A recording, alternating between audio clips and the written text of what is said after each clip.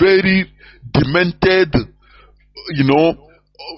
type of statements and reasoning. You love Ndibo. You are waiting to be loved. No, don't take your thing. Go continue waiting to be loved. Therefore, Africans with their diverse ethnicities and traditions and cultures should be respectfully allowed to govern their individual selves in their own diverse ways. This will usher in mutual respect, understanding and development, and the end product will be genuine Pan-Africanism. This is where I'm going to stop. Do not forget that we talk about genuine Pan-Africanism. Not all these ones they are garnishing. Not all these ones, please. What we are doing is for us, once we succeed, our continent will succeed. We develop and advance. Do you understand? Not through sentiment. We say the reality as it is. Do you understand me? Therefore, I will go into a few minutes break so that when I come back, I will open the lines so that people will start calling in. Please do not go away. Also, lost Kainaba. To the extent, even the Fulani, they know our character now. Okunle and Alhaji leaked the conversation. The Alhaji said they know Igbo people now.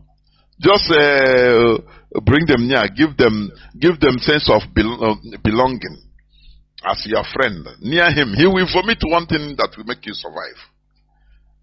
That they know. Just give him small thing and he will. Okay. Do you know that I have phone number of my customer that used to buy me AC? He's a senator, Alhaji. Oh yeah, very primitive element character. That Ndibo is still never depart from us. We need to shed it because we are on the 21st century. That is why now follow Mugo everywhere. In no cow, Nandi Skamasana Handi native doctors, so Nandi different things. I will now follow victim because I want to ICH. I'm telling you.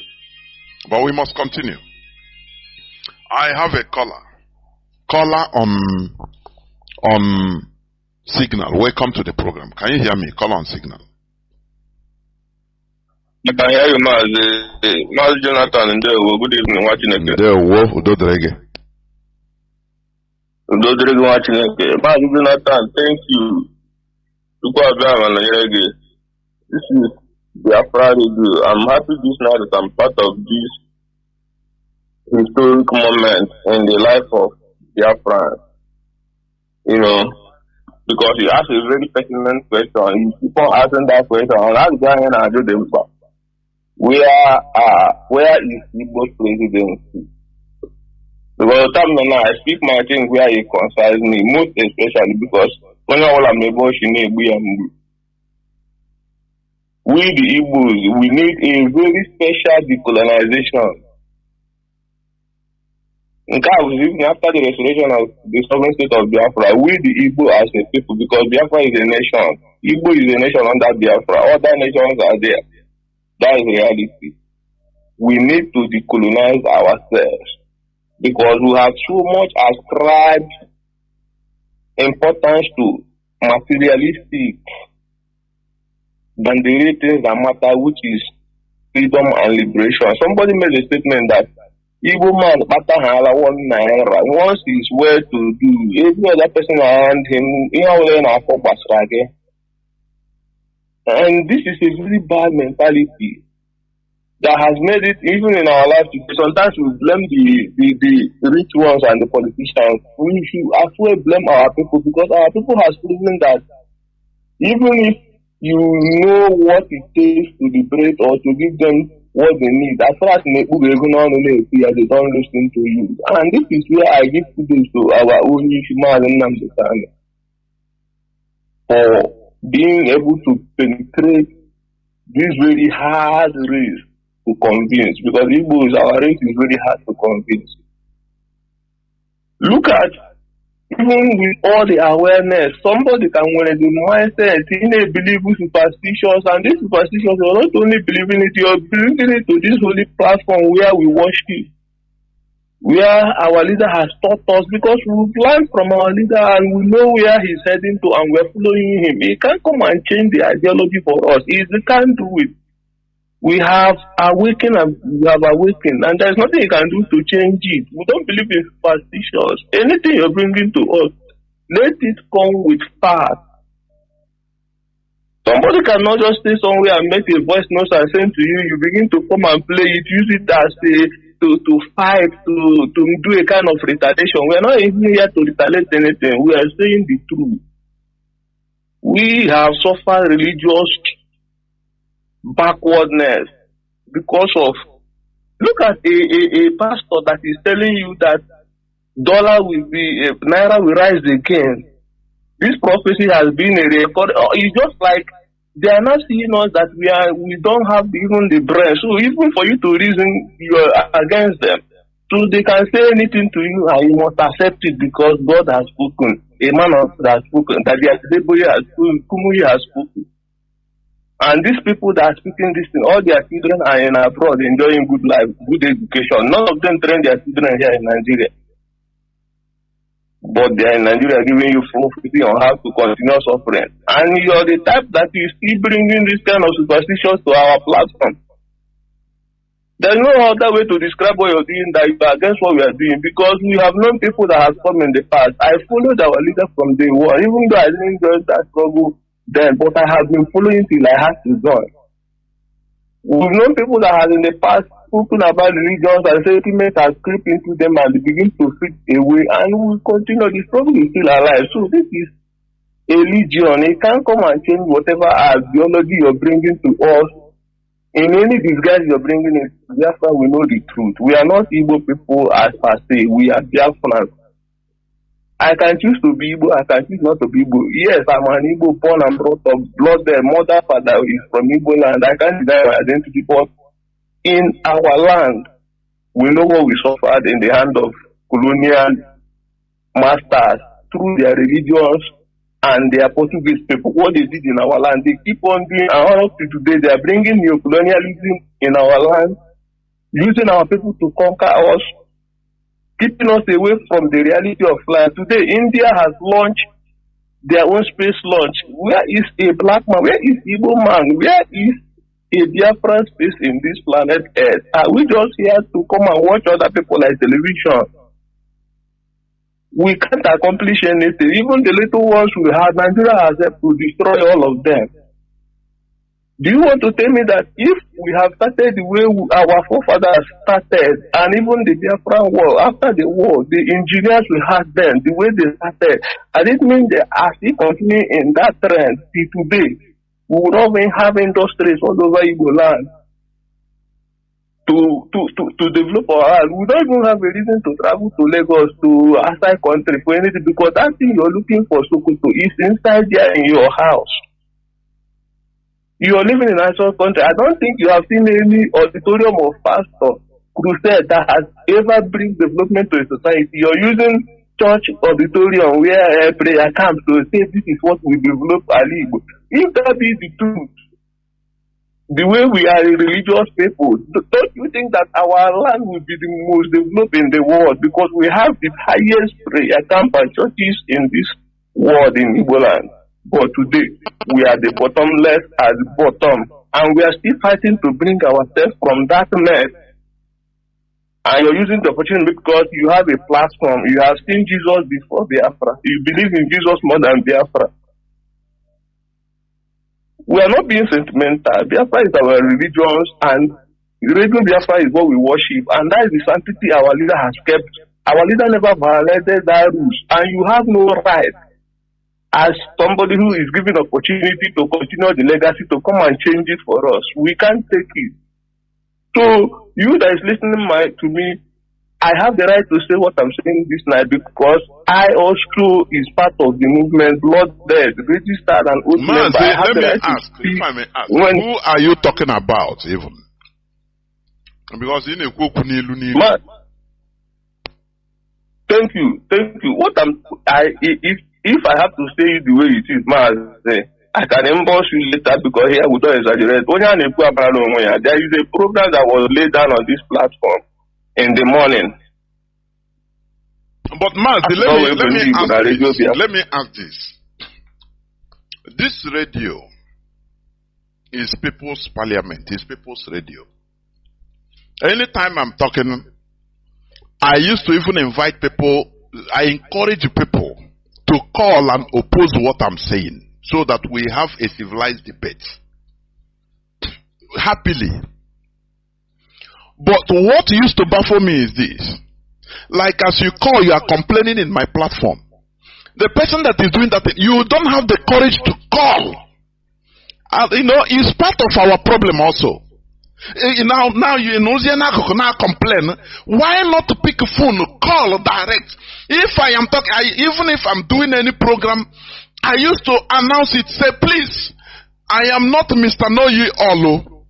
If you have opposing argument, because Mazi Nnamdi Kanu put a standard that we the superior argument rules. Call here, call the number. I call the number. But when you leave, for example, you leave my platform, what I say now, you go another platform, start complaining what Mazi Jonathan say, for example. Does it make any sense at all? Whereas you have the right, the audacity, you call and say, Mazi,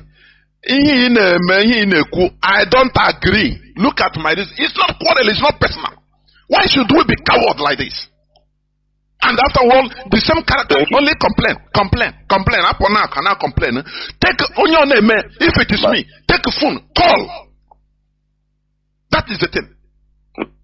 That is what I solicit. That is what I'm saying. Yes, you're right, You're right, Mazi. Let me round up. See, on the aspect of calling, I can only call in. Why I'm calling in on your program? Because after your analysis and everything you said, you gave chance, may pay line for people to call in. But when you're on a program and you know what you want to say, after saying it, you say there is no time to receive call, you end the program. I don't think I will be calling you private, or because what you said, you didn't say it private. No, it's not private. Any other time, if the person come, call him. Talk it. People will hear. We are not afraid of anybody. Until you went there on air. That is how it should be. And I want people to do the same to me. You understand? I want people to, if you say you don't agree, what we are doing is, we are not, do I know you? You don't know me personally. We don't have any personal business. It's this struggle. So, anything we are doing is not personal. It's the standard being set. The focus of where we are going. So, if you disagree on what I'm saying, you call. Now we discuss. You can make points that strike, that I can learn from. Now, we debate it, we argue, and people will be listening. We will also be learning. That is symbiosis. It's mutual benefit. That is what I'm saying. Ndewo Mazi. Thank you, Mazi. In order not to debate, let me just round up. Our leader, Mazi Nnamdi Kanu, has been freed by the court of competent jurisdiction, appeal court, and United Nations has also given their opinion. So anybody who is going to talk about signing shorty or anything, you are just being a useless fool that you have always been since we know you. Our leader is free, and the Nigerian system should obey their own court and release an innocent man so that he can go and take care of his family. Because you can't tell me that somebody who the court has set free for over 1 year now is still being kept in solitary confinement. This is injustice, and the world is pretending as if they are not seeing what is happening. We are here, and we will remain here until all of them will come and go, and justice must prevail. Our own case can never be different. Nambuko be true, and it will never end in our leg. We must have our freedom and develop our land the way we want it, and build our own civilization, our own indigenous way as a race. We are not cowards. We can never be cowards. Thank you, Mazi, for what you do for motherland. Thank you very much. We must continue. We should learn how to I don't know. There is something also I see in us, and this is part of the thing we need to change. We are seeing debate. Sometimes some of us see debate as you are against me, or contrary opinion as you are against me. That is why we are not good in politics. You know? That is why we are not good in politics.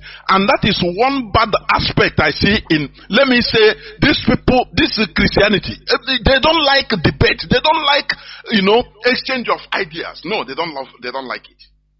It must be that thing they say is okay. They will not also call to say, Mazi, look, I don't know whether it is inferiority complex. Instead, when you go to where comments, you will see them writing rubbish. Take where phone, well, no person is going to chop you. Make your point. Now you allow another person, I will make my point. Now that is how people grow up. But we see debate, Mazi and Nnamdi Kanu have been stressing on this. Debate or contrary opinion is not that I am against you or you are against me. No. We can be best of friends. But when it comes to certain debates or arguments, I differ with you. And we iron it out. After that, whenever it comes to our ordinary friendship, we continue in what we are doing. That is how things go. That is how civilized people act. Not carrying everything personal as if, no, I don't want, if you talk like this, as long as you are opposing me. That is why, even in Igbo land, politics, they are Tibozobo. A governor candidate will try to go and kidnap the other one, his opponent, and kill him. Because we are not engaging in civilization at all. Like at the far back. Thinking that being against what I said, for example, opposing it means opposing me. No. Maybe you don't understand. Maybe you didn't understand. Maybe you are ignorant. Or maybe I that said it, I didn't get it right. So we correct each other, we make points. And you learn, I learn. That is how things move. Caller on WhatsApp. Can you hear me? Welcome to the program. Caller on WhatsApp. Yeah, good evening, Mazi. Mazi, sorry, good evening, Mazi, let me also add this point. If you watch British Parliament in session, you say they can shout on themselves, talk, but immediately after the session they go and start laughing with each other, shaking each other. Once it comes to work, that work debate, because that is their work, is their job. They can be highly, with all their forces. It doesn't mean they are fighting. This one will rise and say, no, this one they will even woo you. Whoa. It doesn't mean that they have. After the session, once they hit the hammer, say the session is over, or for recess, you will see them talking to each other, laughing. That is how civilized the people act. But in our own, only I say that my faith, only I say my. What are you the instigator? The first of person that have believe on something in this world? Why do we take all these things so personal? Why? Everywhere. Mazi, please continue. Caller on WhatsApp. Continue, please. Yeah, thank you, Mazi Chinedu. I appreciate your call. Mazi, I remain Mazi Emmanuel. I'm calling from Paris. At the special grace of Chukwokika-Biama. I remain the Paris Zonal Coordinator. Mazi, I want to just appreciate our leader, Mazi Nnamdi Kanu, the person and the servant who answered the call of Chukwokika-Biama, who built up this very platform, the Radio Biafra, where we worship. We salute his courage. I want to salute the courage of the leadership of this very movement, the person of Mazi Chinedu and his leaderships. We appreciate them. And Mazi, just what I want to comment on is concerning the Pan-Africanism you just mentioned. because we cannot shy away from it. It is the topic of this very evening, and the Mazi have deliberated a lot on this very Pan-Africanism, and we have learned a lot also, because hearing something and also developing more on that very issue, we highlight many people and reschedule their way of thinking or their way of perception, the way they perceive this very concept called Pan-Africanist. I have been following I have been, watching some of them online. Some who normally, even some of them, you saw them, they will be talking of one federal Africa with one president. And then when you ask them one question concerning even, they rarely even talk of their country of origin. You see?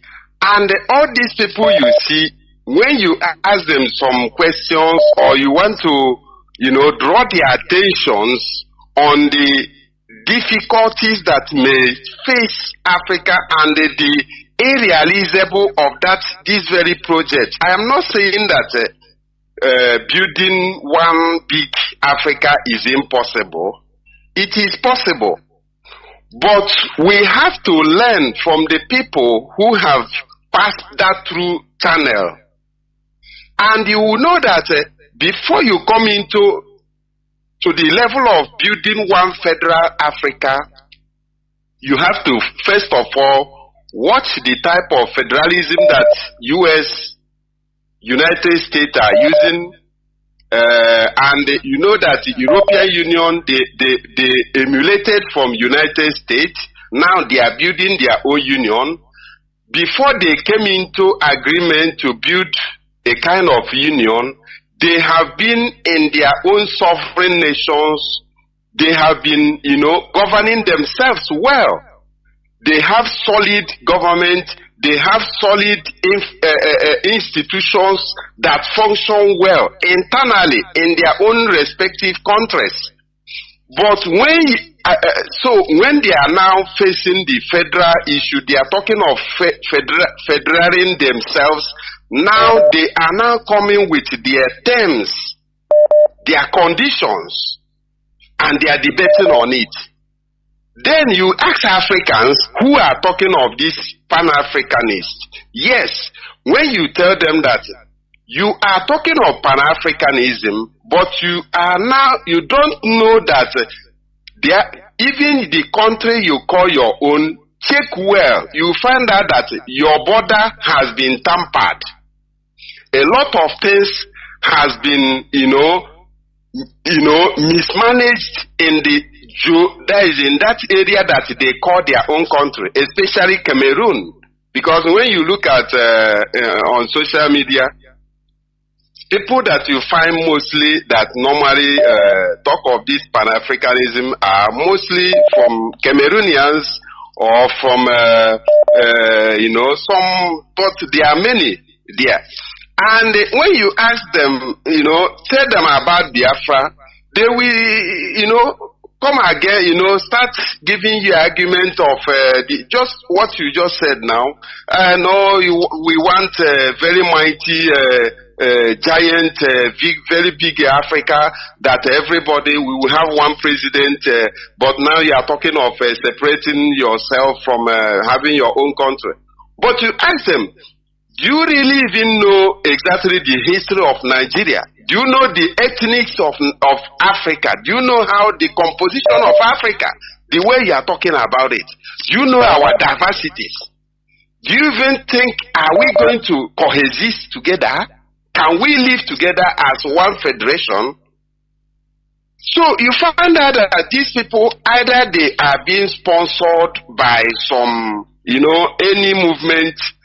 All these secret services, they normally infiltrate any movement, any gigantesque movement, any mighty movement, they try to portray some people that will be singing the same thing with you, but you may not know that those people don't have the same agenda. They are there as infiltrators or as saboteurs or as people who are, be saying the same thing with you, but they don't mean their action will be contrary of what we are talking about.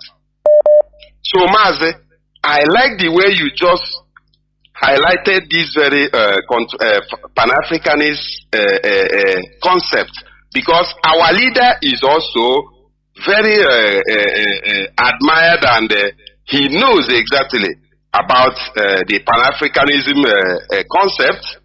But before we go into that, we have to first of all go and tidy up our lands, our individual countries first, before you can now come up and say, okay, yes, who can we deal with it? Who can we join with it?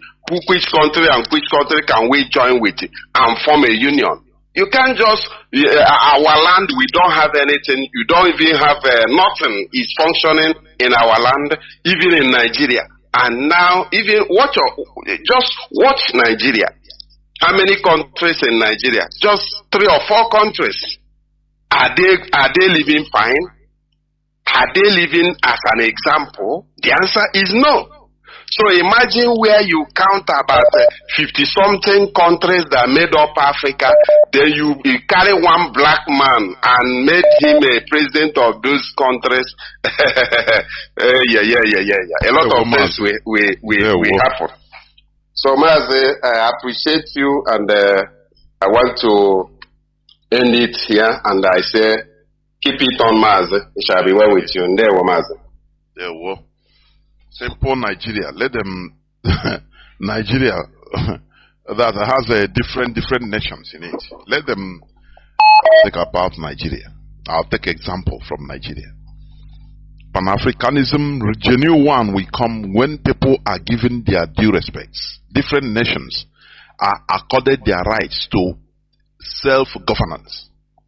That is when mutual respect will come. And that time, peace will reign. Now people will start talking about coming together, like European Union. You first of all prepare your house now before you go outside. That is how it is. Caller on signal, Mazi Emikris. Can you hear me? I can hear you. Good evening. There were Mazi. Welcome to the program. Thank you very much. I thank you for your program. It's always the program is very, very sweet. I love to listen to it. To me, for what you're saying about Pan-Africanism or whatever, to me, it doesn't exist. Only in words, verbal, Mazi, what the earpiece? What the earpiece? Okay, yes. It's sounding somehow. It used to happen on your phone, on your car. Are you hearing me clear? So, their voice to now. Before now, on the Okay, thank you. Sorry for that. Pan-Africanism they're talking about, I don't see any atom of movement from them or whoever is talking about it. For me, these are brothers that come from Christ now. Say something very cogent. The house might be the agents, secret agents are pushing the people to go this way. Because those talking Pan-Africanism, when you near them, you find out that when you talk about the individual states or individual countries, they come against it. It seems to them that if we say better, let us be one country. But it's practically impossible to be one country. Because now, this is what Italy did. When they formed the European Union of Schengen states, using the same euro, but Italy does not make a very big calculation. They enter into the union of using the same euro, while Italy is using lira then. Then this lira, 1 lira then is equivalent to $50. Let me say like that, $50. So now they get into the euro. Then the product they are saying here, in Germany using Dutch mark, then they are paying their workers about 1,000 something Dutch mark, which is equivalent to dollars then. Why here in Italy they are paying their workers almost the same thing, but in thousands of million, 100 something thousand million. You know, so when they get into the union, the price of things become double to them. So what they buy 50 cents for us, they become €1 to them. You know, in order to balance the equation of the exchange between Germany and other countries that have a higher currency, Italy suffered a lot of many years for this. I've not even got out a lot of it. Then some countries also said no, that they will not go, they will retain, like Switzerland retain their own money. They don't want to change their own money. Even England was in the European Union, they refused to change their own money. They maintain their own pounds then. But other countries like Germany, France, Holland, all this, they went into the euro because some of them, but those that pay the price are like Italy and some like Romania that get inside them are paying the price, but at least they have curtailed the problem a little bit.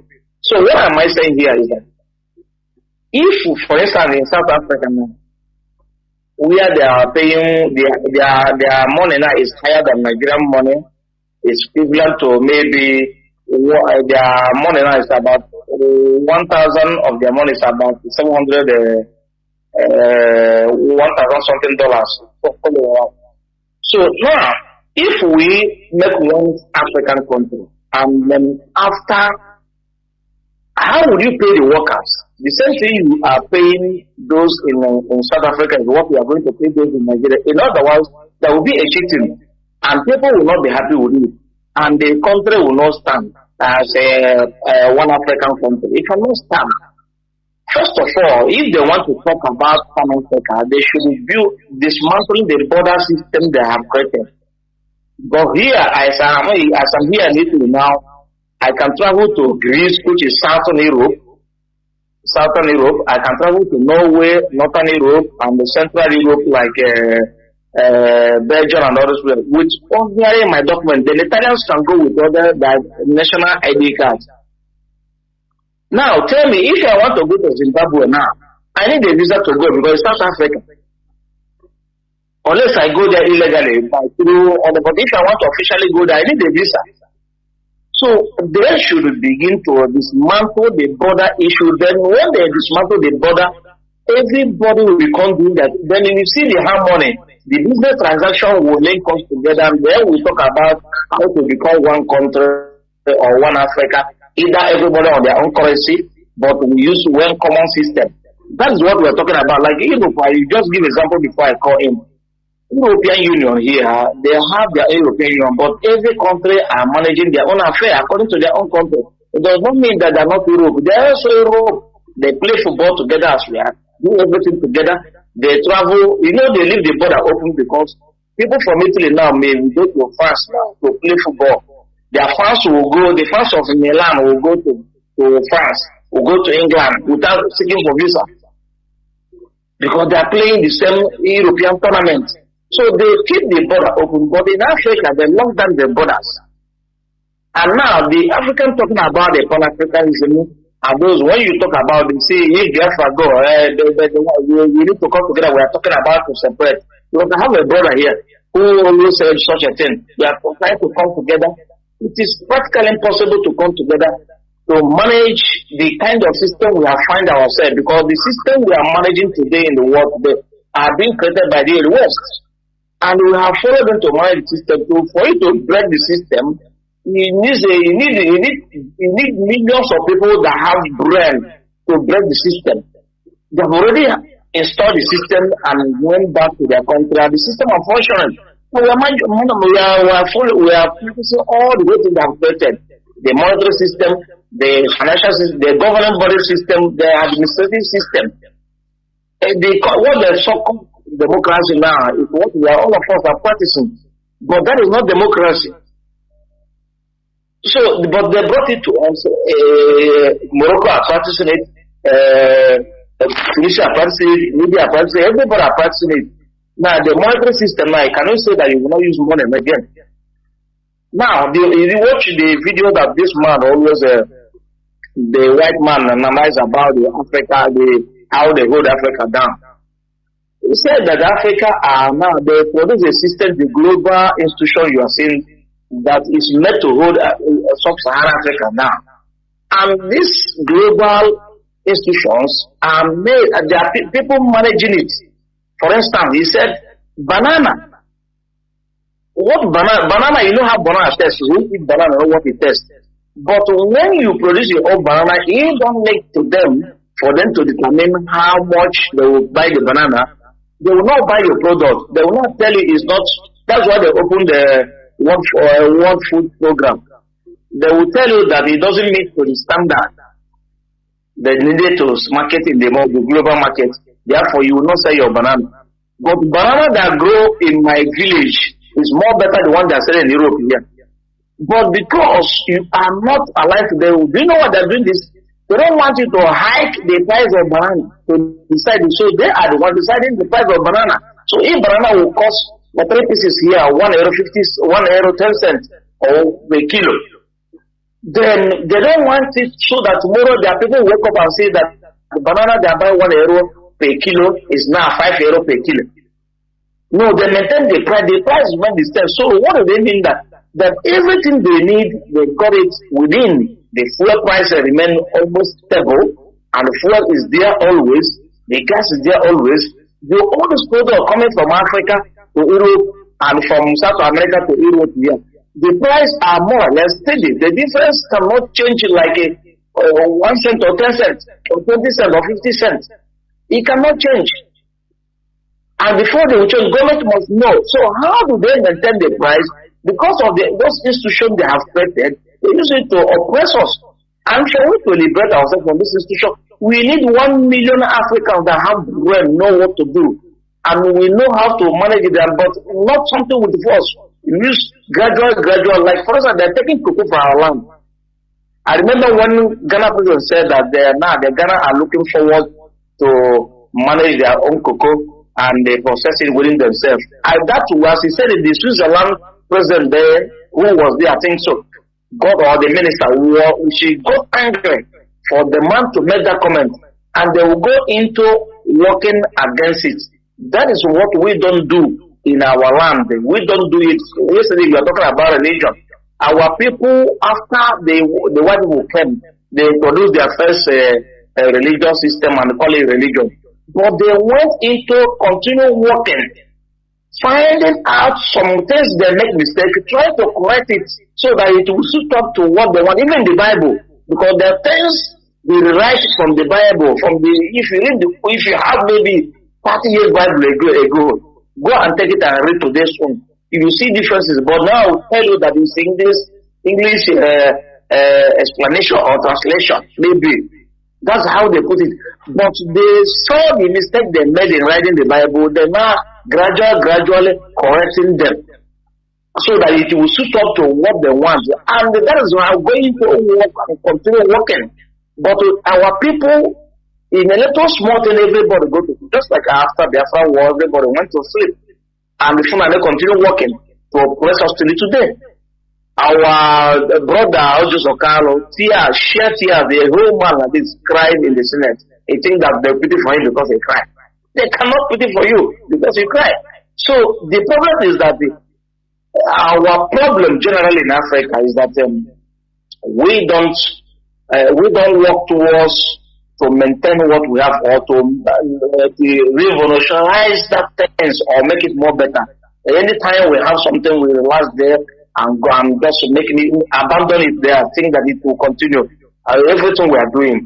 So for we to move forward, we need to bring millions of people, thousands even, that can even sit down and analyze our problem and work towards it. Then we talk about Pan-Africa. But before Pan-Africa will exist, all these countries like Togo people will become Togo people, Igbo people will become Yoruba people will become. Then we find a way to make laws that guide us. Like, for instance, in Italy here, for Italy, an Italian person to go to Germany here, you see, we are working at their food is coming from Germany. The Italian owner coming from Germany from Italy to Germany. They are from Greece. All the places they are doing yogurt in Greece, and they send them here. So they are doing bilateral business and agreement. So they reach some certain things. Now, if I take my product like palm oil and take it to Morocco, Morocco people will tell you that they don't need it because they're from Nigeria. So we have to have a mutual respect. First of all, we have to get our own country before we talk about Pan-Africa. So anybody talking about Pan-Africa, for me, is wasting time. So the first thing to do is to set up individual states and countries. Then we know how to unite ourselves through a mutual respect and other things. Thank you, Mazi, and God bless you. There were, and you too. Before everything, you must put your house in order. That is one thing. The European Union, you see, today that borders, it was not like this before. They first of all build their countries, put their houses in order first.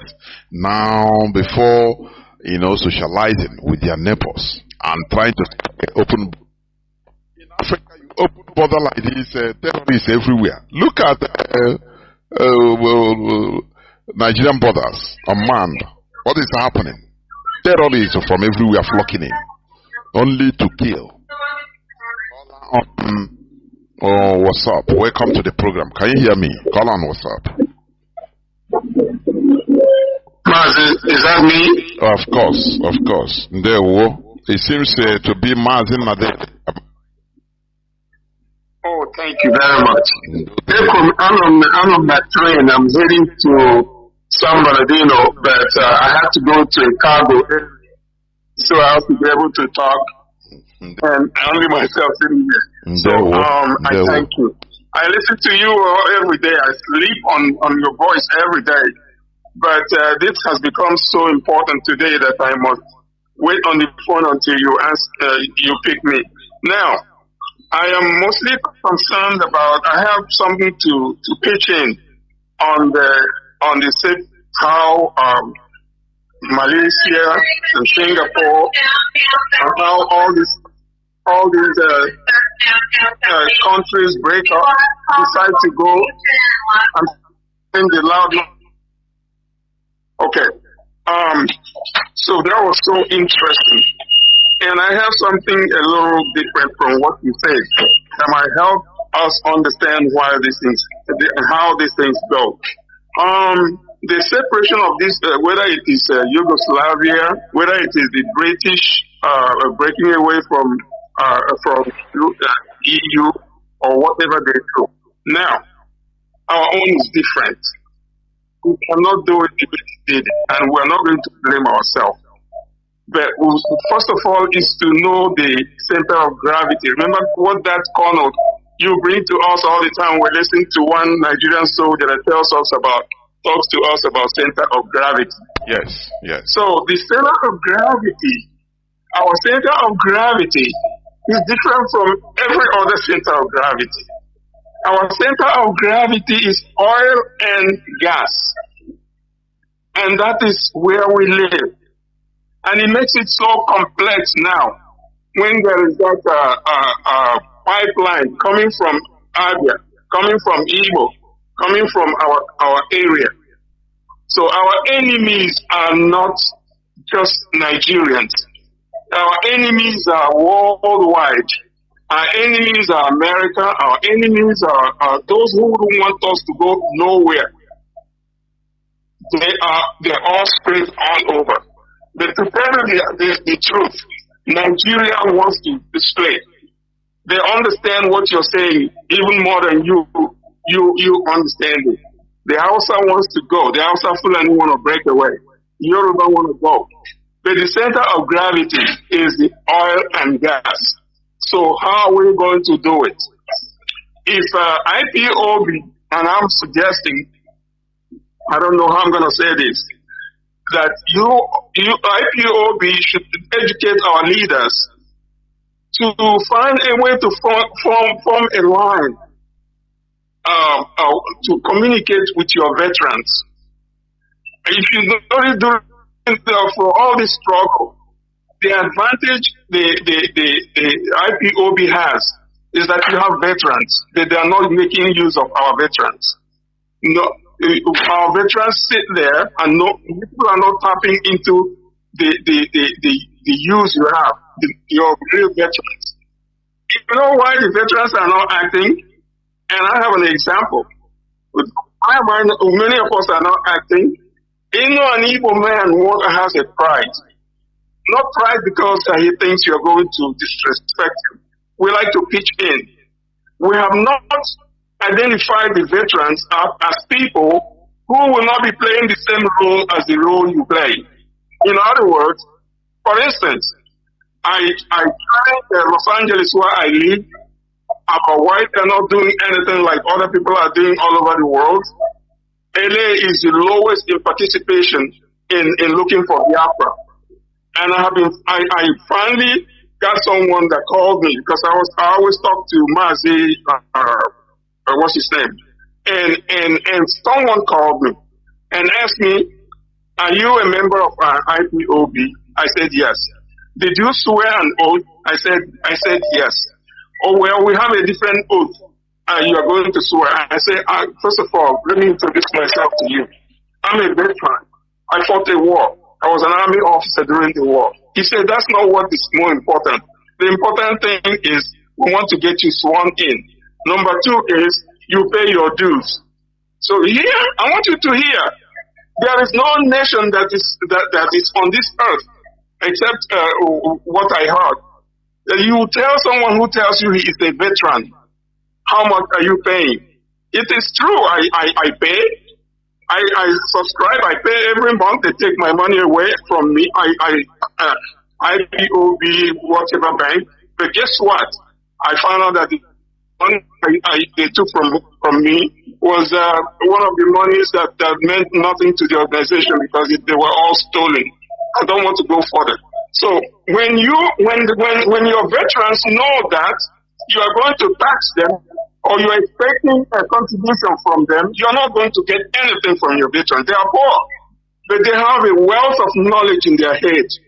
But the Biafra is not tapping into the wealth of experience. And all of you, from those who were born a little before the war to those who are fighting now, age matching Nnamdi Kanu to your age and every one of us, they are doing very well, but you're doing it all by yourself. You're not tapping into the wealth of knowledge of your veterans, and the veterans are not to give. They don't even know they don't have a time to stay on the phone to wait for Mazi Jonathan to give them chance to talk. Can't wait like many people can. So you are not, in fact, you have to make an effort to open a line called veteran line, or veteran, whatever you call us. So you can ask us, how are we going to do this? Now let me go back to what I told you about center of gravity. That center, how are you going to solve it? Is it me identifying our problem without telling you as a military man how we can solve it? How are we going to solve it? Is the center of gravity is our oil and gas.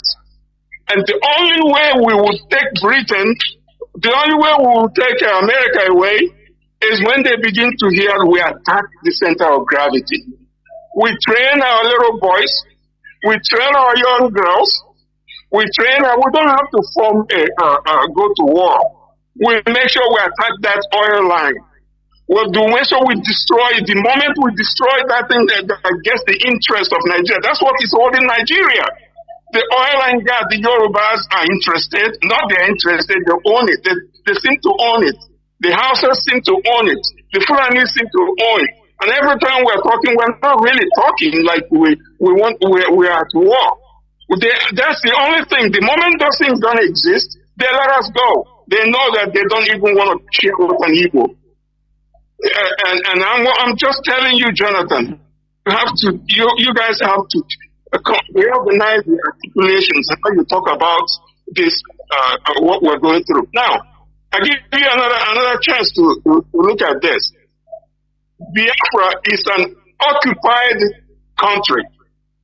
We are occupied. In normal warfare, your enemy will be on the other side, and you are on this side fighting. That is real warfare. They throw bomb at you, you throw bomb at them. You shell them back, and they shell them, and they shell you back. That is in regular warfare. But in this case, we are occupied.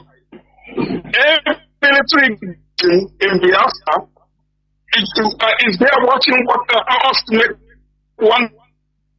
They have intelligence also. They are not just using the gun shooting.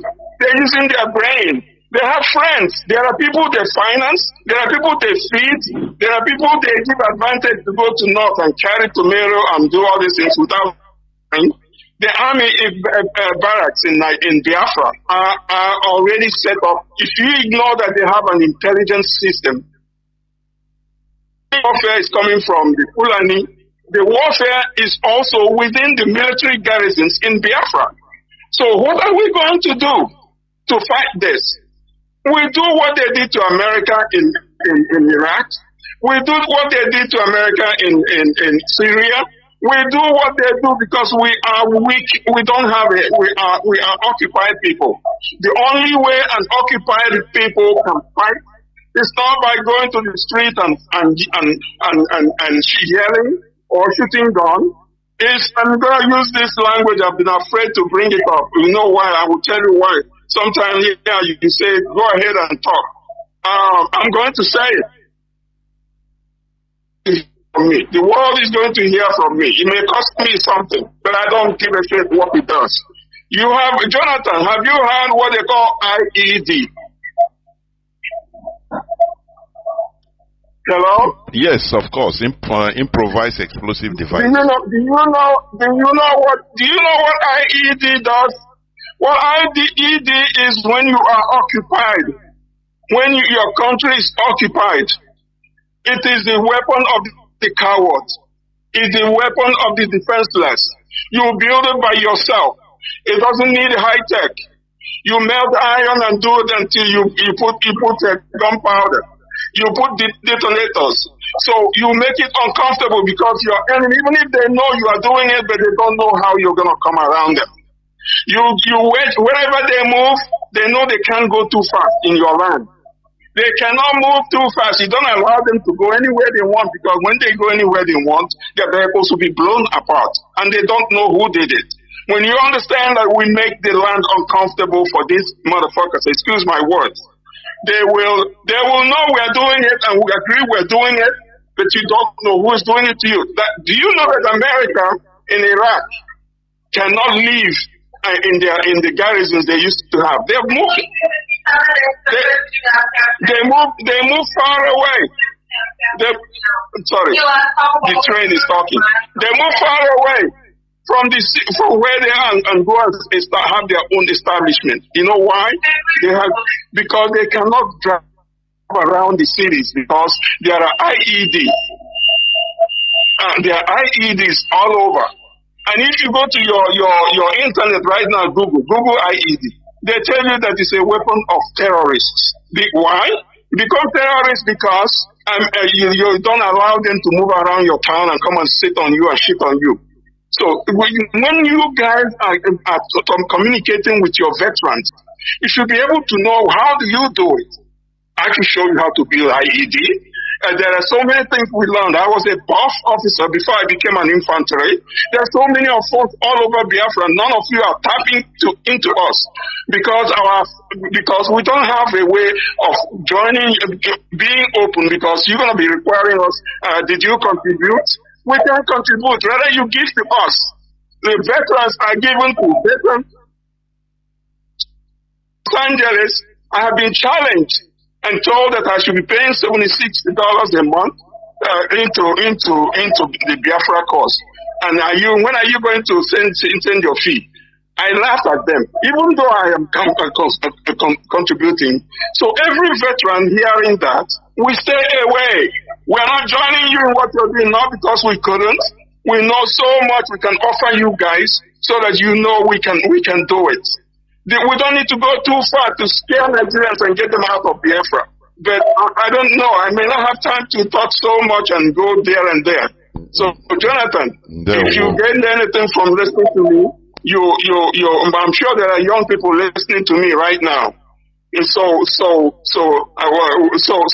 IED is something you can do by yourself. Of course, there were not dead. Your points are taken. I understand you are on the train in a public space. I understand that, and you made some valid points of allowing or making veterans or giving them a line. That is also something, you know. I understand. Thank you very much. Thank you. And you know, IPOB is a voluntary movement that, as you say, you have something to offer, you come in. Because we don't know who is who. It is the attraction of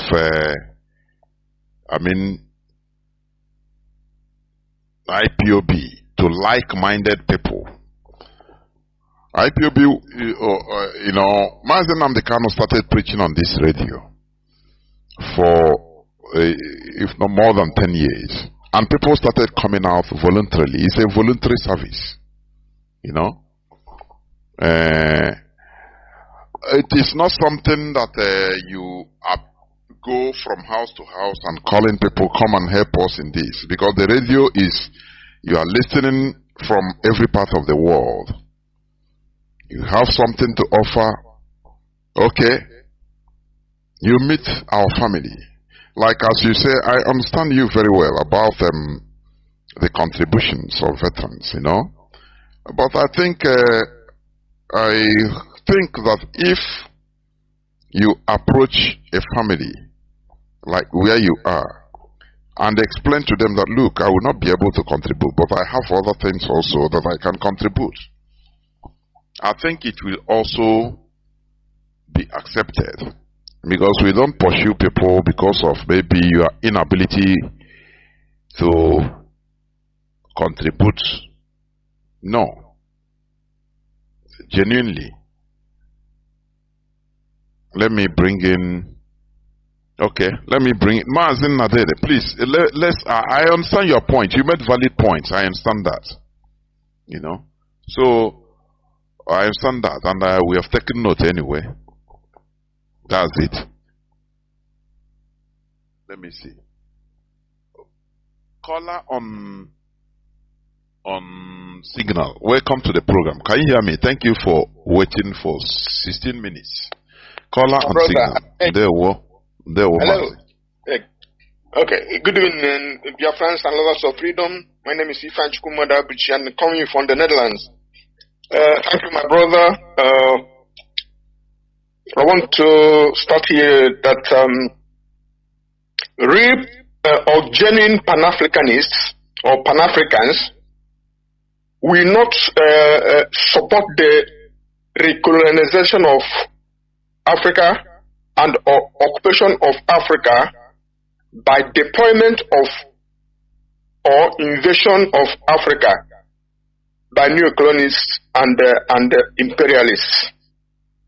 So Togo, where they say they are constituting their army, and Ghana of all places. I remember the West African Frontier Force who was formed, and now Ghana is again allowing the proposed settlement of foreign army in their land. Benin Republic and Cote d'Ivoire, Ivory Coast, they must rethink and then re-strategize about this proposed military deployment. Because there's something we say in Igbo language. It goes like this. Obogi will oba kunye mmiri wusioku. No inatakuya oba. Which means you can take your cup or gourd to give water to the monkey.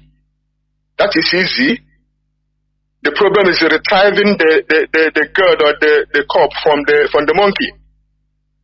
And so, not to put ourselves in impossible positions, are we trying to say that today, the date in 2021, Togo, Ghana, Benin Republic, and which ones else, and Cote d'Ivoire, and all African countries cannot organize and train the armed forces to fight whoever they need to fight, the terrorists anywhere, because that is the smoke screen they are using to come in.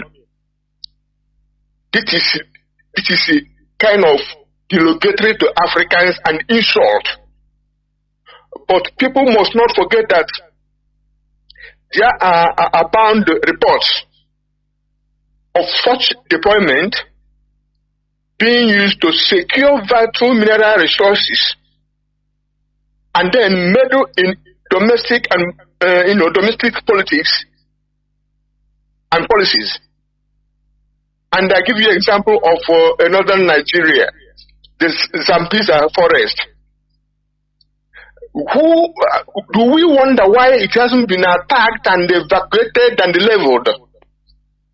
And we heard from a good, reliable source that those people there are getting a very vital, very expensive mineral that they call californium that cost upward to $27 million plus dollars per gram.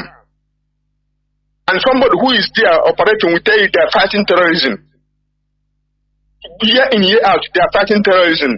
Terrorism never move away from where they are, and they're not making practical military advance into the forest to show that they're fighting terrorism.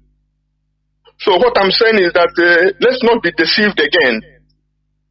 And secondly, genuine Pan-Africans and AU altogether can't be comfortable or silent when some countries are dominated by one family or one man, or when elections are rigged and democracies are truncated. For example, I can call Equatorial Guinea, you can call Togo, you can call Congo Brazzaville, you can call Cameroon, and look at Nigeria of this year.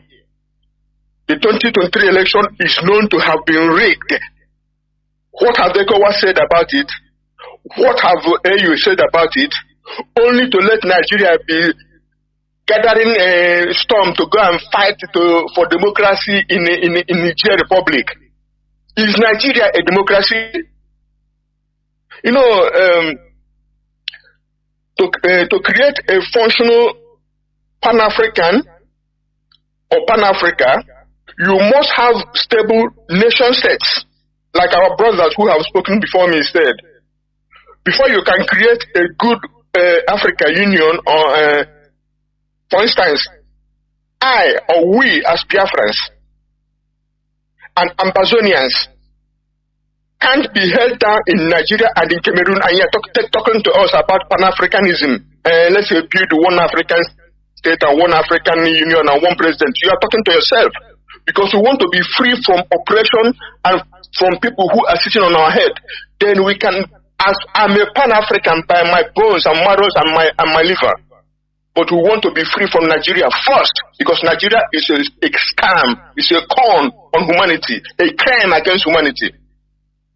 Lastly, but not least, the countries that shout democracy and constitutional order must practice what they preach. They cannot be supporting dictators, criminals, treasury leaders, election riggers, and power usurpers, and they are crying democracy and constitutional order. They make themselves incredible, just unbelievable. God bless Biafra. Thank you, my brother. Good night. And there were. Thank you very much. You have said it all. I'm now joined by Mazi Aizayoba, who is a member of the DOS and the Deputy European Rep. Mazi, I saw you, but please welcome the program. You will go on to conclude the program for us. Please, Mazi. There we go.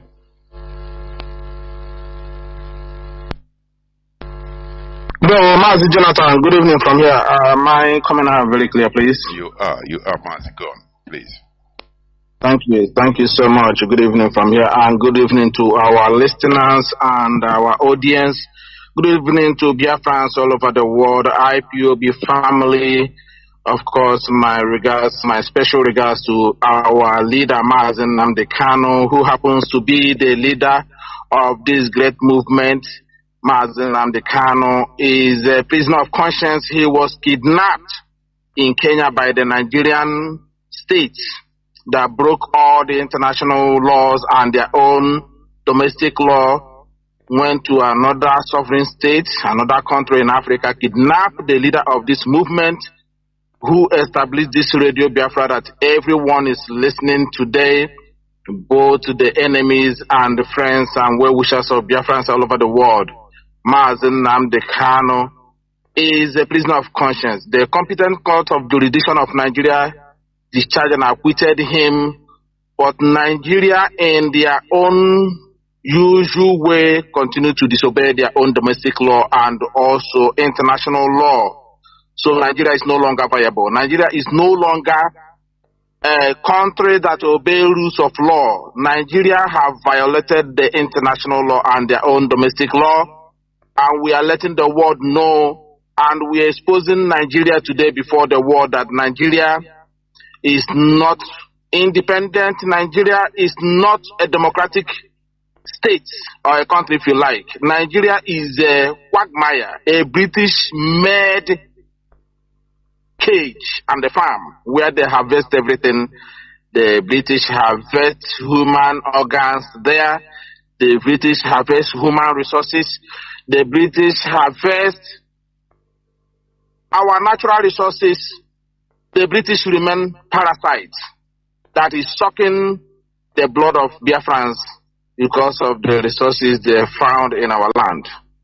But what the British harvest our natural resources, the British remain parasites that is sucking the blood of Biafrans because of the resources they found in our land. But what the British harvest our natural resources, the British remain parasites that is sucking the blood of Biafrans because of the resources they found in our land. But what the British harvest our natural resources, the British remain parasites that is sucking the blood of Biafrans because of the resources they found in our land. But what the British harvest our natural resources, the British remain parasites that is sucking the blood of Biafrans because of the resources they found in our land. But what the British harvest our natural resources, the British remain parasites that is sucking the blood of Biafrans because of the resources they found in our land. But what the British harvest our natural resources, the British remain parasites that is sucking the blood of Biafrans because of the resources they found in our land. But what the British harvest our natural resources, the British remain parasites that is sucking the blood of Biafrans because of the resources they found in our land. But what the British harvest our natural resources, the British remain parasites that is sucking the blood of Biafrans because of the resources they found in our land. But what the British harvest our natural resources, the British remain parasites that is sucking the blood of Biafrans because of the resources they found in our land. But the British have first our natural resources, the British remain parasites that is sucking the blood of Biafrans because of the resources they found in our land. But the British have first our natural resources, the British remain parasites that is sucking the blood of Biafrans because of the resources they found in our land. But the British have first our natural resources, the British remain parasites that is sucking the blood of Biafrans because of the resources they found in our land. But the British have first our natural resources, the British remain parasites that is sucking the blood of Biafrans because of the resources they found in our land. But the British have first our natural resources, the British remain parasites that is sucking the blood of Biafrans because of the resources they found in our land. But the British have first our natural resources, the British remain parasites that is sucking the blood of Biafrans because of the resources they found in our land. But the British have first our natural resources, the British remain parasites that is sucking the blood of Biafrans because of the resources they found in our land. But the British have first our natural resources, the British remain parasites that is sucking the blood of Biafrans because of the resources they found in our land. But the British have first our natural resources, the British remain parasites that is sucking the blood of Biafrans because of the resources they found in our land. But the British have first our natural resources, the British remain parasites that is sucking the blood of Biafrans because of the resources they found in our land. But the British have first our natural resources, the British remain parasites that is sucking the blood of Biafrans because of the resources they found in our land. But the British have first our natural resources, the British remain parasites that is sucking the blood of Biafrans because of the resources they found in our land. But the British have first our natural resources, the British remain parasites that is sucking the blood of Biafrans because of the resources they found in our land. But the British have first our natural resources, the British remain parasites that is sucking the blood of Biafrans because of the resources they found in our land. But the British have first our natural resources, the British remain parasites that is sucking the blood of Biafrans because of the resources they found in our land. But the British have first our natural resources, the British remain parasites that is sucking the blood of Biafrans because of the resources they found in our land. But the British harvest our natural resources. The British remain parasites that is sucking the blood of Biafrans because of the resources they found in our land. But the British harvest our natural resources. The British remain parasites that is sucking the blood of Biafrans because of the resources they found in our land. But the British harvest our natural resources. The British remain parasites that is sucking the blood of Biafrans because of the resources they found in our land. But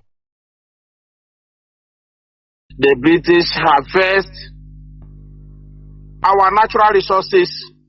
The British remain parasites that is sucking the blood of Biafrans because of the resources they found in our land. But the British harvest our natural resources. The British remain parasites that is sucking the blood of Biafrans because of the resources they found in our land. But the British harvest our natural resources. The British remain parasites that is sucking the blood of Biafrans because of the resources they found in our land. But the British harvest our natural resources. The British remain parasites that is sucking the blood of Biafrans because of the resources they found in our land. But the British harvest our natural resources. The British remain parasites that is sucking the blood of Biafrans because of the resources they found in our land. But the British harvest our natural resources. The British remain parasites that is sucking the blood of Biafrans because of the resources they found in our land. But the British harvest our natural resources. The British remain parasites that is sucking the blood of Biafrans because of the resources they found in our land. But the British harvest our natural resources. The British remain parasites that is sucking the blood of Biafrans because of the resources they found in our land. But the British harvest. Good evening, Biafrans. Good evening from Abuja, the Nigerian capital. I greet you all, Biafrans, friends of Biafrans, the lovers of freedom. My name is Benjamin Madubu. I am an IPOB member. I was part of those that was in detention with our leader Mazi Kanu in Kuje prison, from DSS dungeon to Kuje prison between 2015 to 2018. That is when I got my freedom. Now, I went to visit our leader today. Finally, I succeeded in meeting him one-on-one. I met the great man, the prophet of our time, the greatest man that God has created in Alibo. That is Nnamdi Kanu. a man of wisdom, a man of integrity. I sat with him today. He blessed me. In fact, I'm happy to receive the blessing from this exceptional human being. I glorify God, the creator of heaven and earth, for giving us this gift as Onibo. Nnamdi Kanu is a special gift. Special gift. In the next 100 years, there will be none like him. He's a great man. Upon all the stumbling blocks, today I succeeded in meeting him. I bless today. And I thank our able barrister, Ifeanyi Ejiofor, for making it possible. Today is a new day.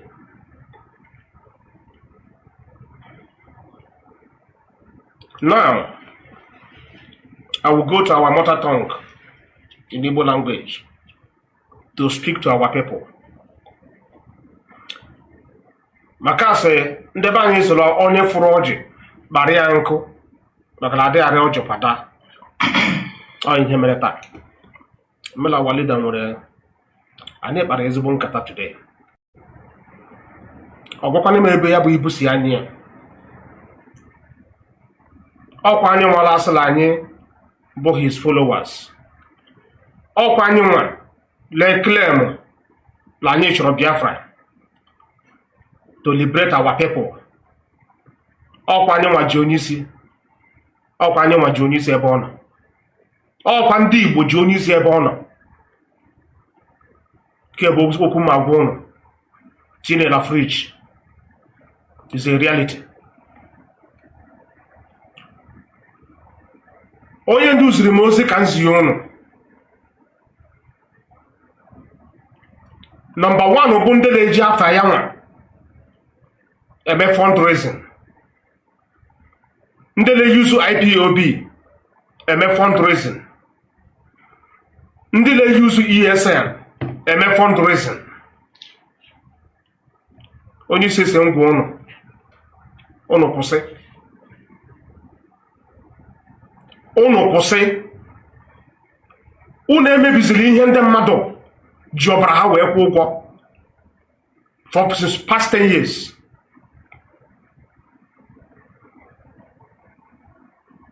Ọ sị ngwa ụnụ, especially ndị ala emesi catcom,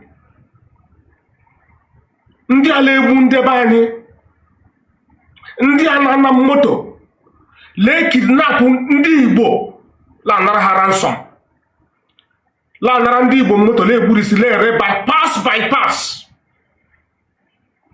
Ọ sị ngwa ụnụ na ụnụ adịghị awụ ọkụ for Biafra. Ụnụ adịghị awụ ọkụ for Biafra because eze na-aghọrị ndị ọlachi ebe ajọ eze. Ị gaghị abịasị n'ịla achọ azọ ndebe anyị ndụ, ị ga na-egbu ndebe anyị. Ọ sị ngwa ụnụ na ụnụ akọmitugo sacrilege, arụ, abomination.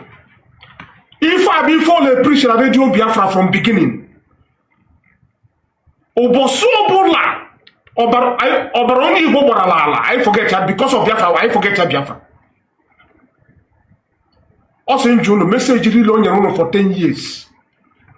Ọ pụtara ụnụ aghọta ya bụ meseji.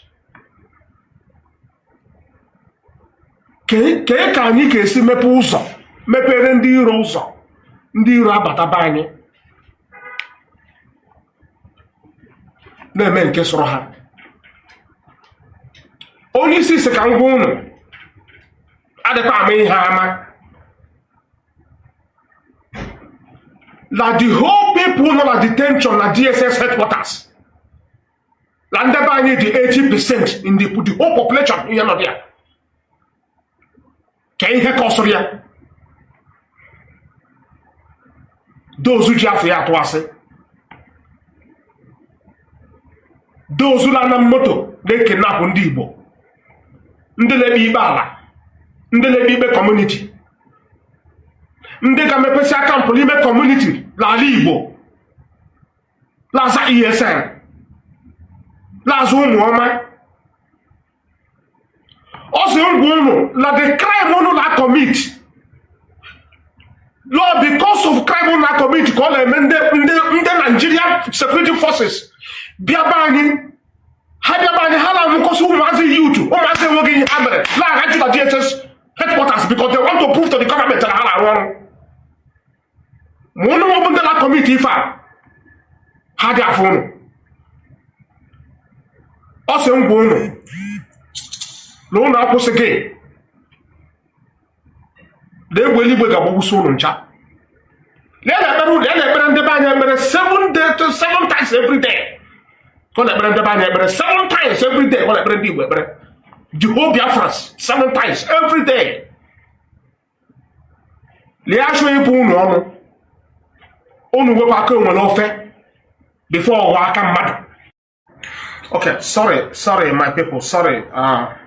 You know, only on the network Nigeria to all that. Now, only since you can go on your Bonamolime community, Laza ESM, Lady Bala, La Gabi Bedere family, Lady Bedena Munye, Lady Ibe Obodo, Ibe Dirindes and Dichi Obodo.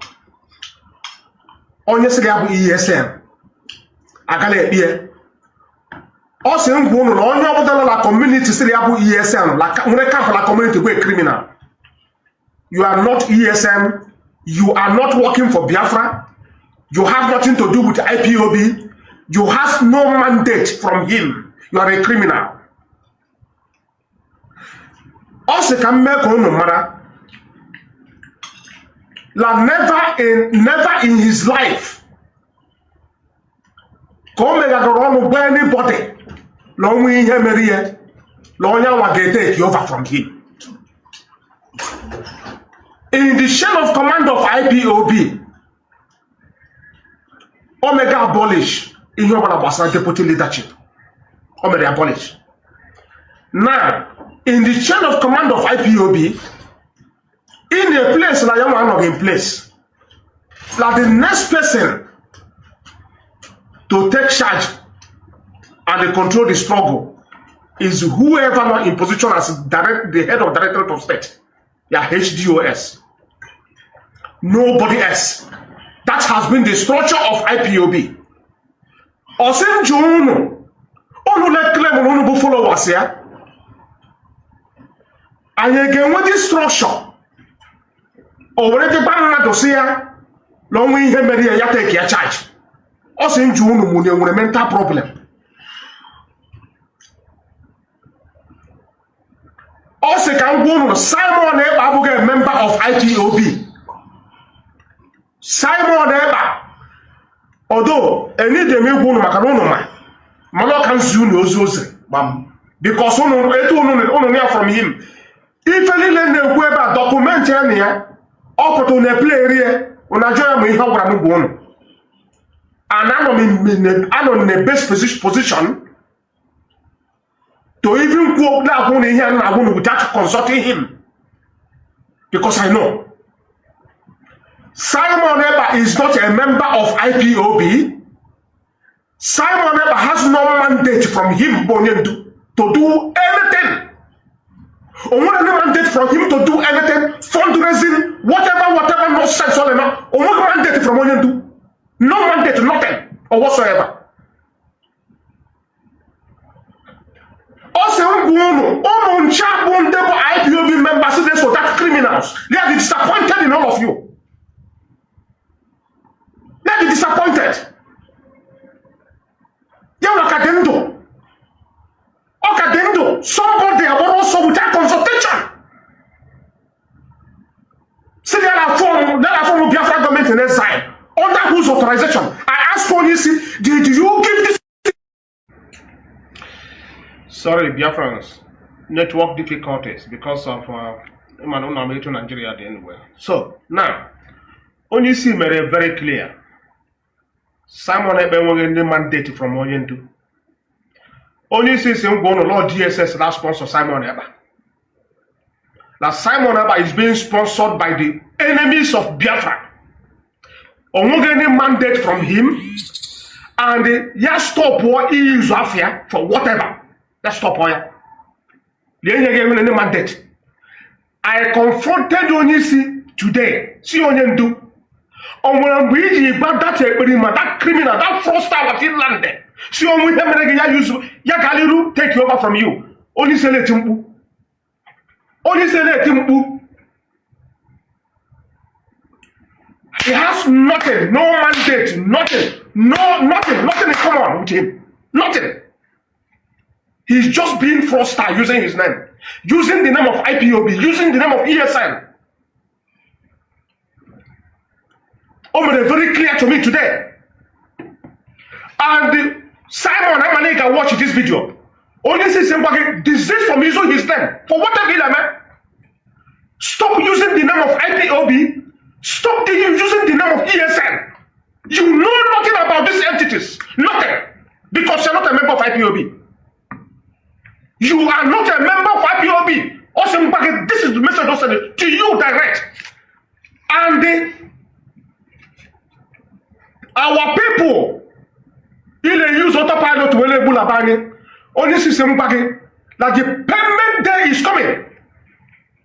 You will pay for it. You will pay for it. You will pay for it. In the use of fear, black committed abomination, atrocities. Lalibo, in the name of Allah, fighting for Biafra. What do you know about Biafra? Can you hear about IPOB? It shall have IPOB the King of Hanes and Igbo. More Igbo, you know, in Finland. IPOB, IPOB is out for freedom of our people. And they work on Lucha. They work on Lucha. They got to get to Swang. They got to Swang. They walk in Finland, not to Swang on Alibo. In Finland, not to Swang on Alibo. And you, we draw to a Simon Eba Alibo, this is some gono. Eh? And all some of you. Njema, I don't happy with Onoma. I don't happy with Onoma. You know the maybe here jail prison. Or here jail JS dungeon. They are abomination. They cry more than I committed and live with here that place. I want to go to jail. All not some gono. And everybody, all of you should stop using his name. If you want to do your own thing, commit the crime on your own. Stop using his name to do it. Stop it. Stop it. All of this nonsense on the member with the right person. All the men who person in your own one. All that keep it here. But over the person here. A Wakolucha Kailaga, over the Bundibo. Over the Bundibo. Also, or any single Igbo person involved in him. 3 countries we have also UK, Nigeria, and Kenya. This is the 3 countries in America. Also, Malami form one group la not. Putra announce a bounty. Listen, Yawaboyendu. Long back concluded with that plan. That was when they concluded that plan to arrest him in Kenya, to kidnap him, not even arrest, to kidnap him. UK, Nigeria, and the Kenya, they people are responsible for what happened to him. And they deceived Kenya. In the document they give to Kenya, they write it Nigerian citizen. They never mention British citizen in the document. That's why Kenya fall for them and help them to commit the crime against humanity on him. And the private jet will be here. Also that private law one CIA agent with that private jet. The name of the private jet is Phoenix. Phoenix is the name of the private jet. The name is like the private jet. Only we are going to ban. Only walking at the Himmer do. On your son going today. Only Bo. My politician, my businessman. They involve in him and kidnap them on this like Kenya. Oh, so since you know.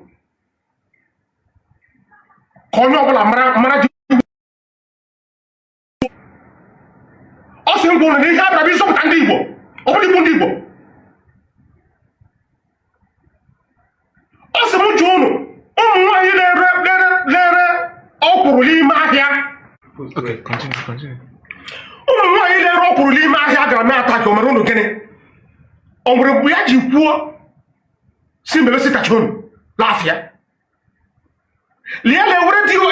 Because of stop us at home. Have I stop immediately? No, you know where he went. Then I continue to sit at home. Open the announcement,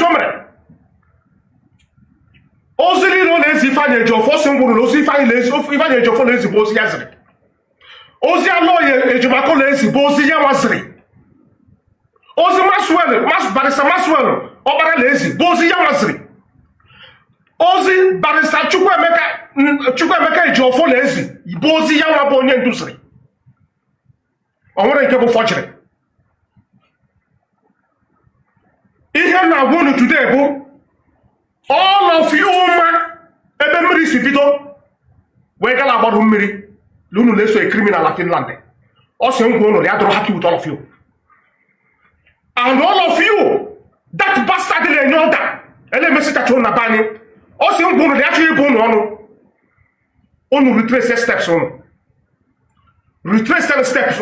IPOB Malo province of Biafra land, and today is the 3rd day of September 2023. I welcome each and every one of you to welcome your friends and well wishers onto this hallowed platform. This is a revolutionary radio instituted by Mazi Nnamdi Kanu, who is the leader, the supreme leader of the indigenous people of Biafra, but he is in the Nigeria secret police dungeon, illegally detained, because he was illegally renditioned from Kenya with the tacit support of Britain, whose passport Mazi Nnamdi Kanu was holding, or is still holding, even at the point of rendition in Kenya, and sent illegally back to Nigeria, breaking international laws. Britain, Kenya, and Nigeria, they broke international laws. They didn't have any regard for the rule of law, for human rights. Britain is always trying to, shamefully champion Britain. They always tell us or give lectures on human rights and the maintenance of the rule of law. But Britain directly involved in renditioning one of our citizens, Mazi Nnamdi Kanu, right from a third country, Kenya, to Nigeria. Something they prevented in the 1982 or 83, when the then head of a Nigerian state, late Buhari, also tried to kidnap Omar Diko, although albeit Omar Diko was a criminal, and he is never, or he has never been a citizen of the United Kingdom. Omar Diko stole billions of dollars, naira, and all of them from Nigeria and ran down to Britain,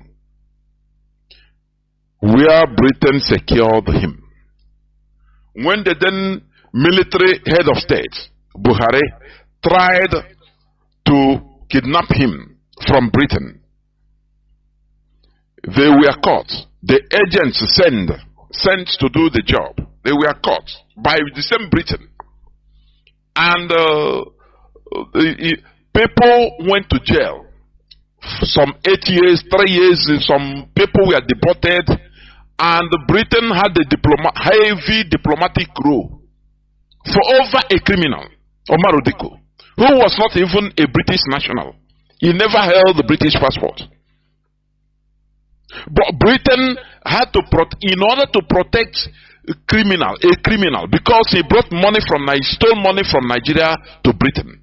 Britain has to jail people involved, both Nigeria agents and the Mossad agents that were hired, and other collaborators, and deported some people, and also made sure that they had diplomatic rules with Nigeria for many years. But here, Britain hypocritically is a hypocritical country.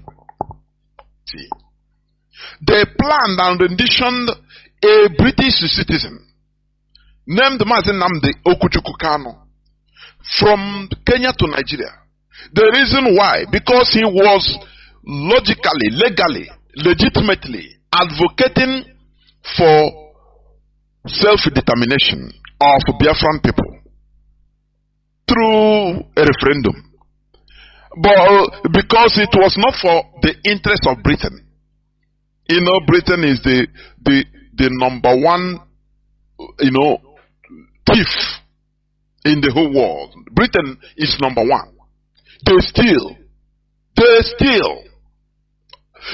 from very impoverished countries, and they will come around and tell you that, oh, they are fantastically corrupt, oh, they are this and that. They are not. They renditioned Mazi Nnamdi Kanu to Nigeria and kept him there. It is a direct command of Britain. This is how they show people their true color. Every day they stand without being ashamed. They start telling people about the rule of law. You have to maintain the rule of law. You have to, maintain democracy. Their own democracy, maintenance of democracy is complete. For their interest, complete. It doesn't matter who died or who was slaughtered, who gets slaughtered. That is not their problem. This is the world we are in. But we have discovered their system. Mazi Nnamdi Kanu, even upon being renditioned, he was sent to the court, and Mazi Nnamdi Kanu defeated the Nigeria government in their own court. And the Nigeria Appeal Court gave a verdict on the 13th day of October 2022 that Mazi Nnamdi Kanu should be discharged and acquitted. And not only that Mazi Nnamdi Kanu should never stand trial in any Nigerian court any longer. But since 13th of October 2022 till today, the Nigerian government refused to obey their own court. They refused to obey the rule of law, the court order, their own court order, because Mazi Nnamdi Kanu committed no crime known to Nigerian law. You understand? That is the world we are sitting. That is the evil world we are in. When Britain tells you about democracy, they are telling you about installing a puppet, their own puppet that will be helping them to steal gas and oil and all the minerals in Nigeria and in other African countries. That is what they mean by their democracy. Very shameless. That is who they are. But Mazi Nnamdi Kanu say we are going to defeat Britain with superior arguments. That is what we are doing. Because what is good for the geese is good for the gander also. Remember that Britain, Margaret Thatcher called Nelson Mandela when she was MP, member of parliament, during the ANC struggle. British government called ANC a terrorist organization. They labeled Mandela a terrorist, an international terrorist. If you understand me. But they didn't stop apartheid to be kicked out of South Africa. Do you see it? I could remember when Theresa May came, when she was the prime minister, he came to visit South Africa, and on the way to Robben Island, a British journalist. That's why I love them anyway. When they are talking about their politics, internal politics, these Western journalists, you see them bring their, their profession, exhibit their profession without fear or favor. Once they are dealing with their internal affairs, they don't miss words. But once, if they are dealing on international politics, like African politics and, news about Africa, it is there they try to deceive, polish news in order to deceive. The man was asking Theresa May. He said, now, you are going to visit a person that you labeled a terrorist during your time. I think as a member of parliament in the UK government. What are you going to say about it? I watched it. Even the woman, the British Prime Minister as of then, Theresa May, some years back, was not comfortable. She was a kind of stuttering. The man was asking if you want to get out from the question. The man will bring him back. He said, now you label this man a terrorist, but now you are going to visit his solitary confinement in Robben Island. He brought him back. He brought her back, and the woman was stuttering, talking gibberish. That is the way they are going to talk. Because the restoration of Biafra will even herald a new beginning. So that we will treat with each other, with Britain, with America, with all countries, with mutual respect, mutual benefit. Not what they are doing in Africa today. Not the exploitation that they are holding in Africa, they continue doing in Africa, exhibiting in African countries today. In the name of using democracy. Because this democracy is just a term coined by the Europeans in order to continue their neo-colonialist agenda in Africa. What I'm telling you is reality. How many democratic countries in Africa are progressing? Is Cameroon not a democracy? Where their president, that one, I don't know, the great-grandfather, since 50-something years, he's in power. Is it not democracy installed by the Europeans that made Bongo family to continue ruling? What of Togo? Yatema. A family. Remember that the father of this present president, the former president Yatema, he was paid to kill the first president of Togo. That said no to France's neo-colonialist agenda. He refused to sign the pact, the secret pact for continuation of colonization, signed by every francophone president that enters power. That man refused, and they paid Yatema whether $600 or $800 as of that time in order to kill the man direct. And they killed that fine president was killed. Olympio, if I'm not mistaken, he was killed by Yatema. And after dying, his son took over till today. And today we are hearing that the European Union force, they are mobilizing in Togo. You know that is the continuation of the scramble for Africa. But this time around, it is no more business. It's not going to be business as usual. Remember, America tried all their best in order to subjugate Afghanistan, but they got resistance from the people. The people, it doesn't matter with your military power. Once the population is against you, there is nothing you can do. I am telling you, it's a matter of time. Who is in power today? Who runs the government of Afghanistan today? It is the Taliban. The people that we are called names, killed by Americans, done everything. But it doesn't matter the number of years. They resisted because it is their land. A foreigner will come and go, but the owner of the land will remain. So they are in power now. And the world is dealing with them. You have to deal, you have no choice. Because you have to respect international laws. The sovereignty laws, Westphalian sovereignty laws. That is the reality.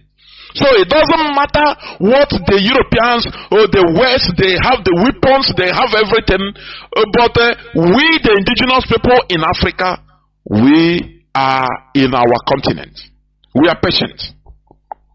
The Europeans, they are because for them, ECOWAS is wasting time in order to go to war against Niger.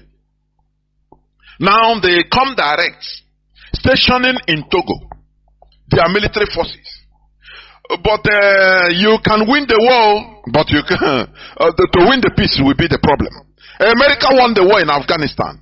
I could remember when George W. Bush was black, happy on television that they bombed the Tora Bora with a Tomahawk missile. After all those things, the end justifies the means. Who is there today? America tried everything in order to find a saving face to run away from Afghanistan.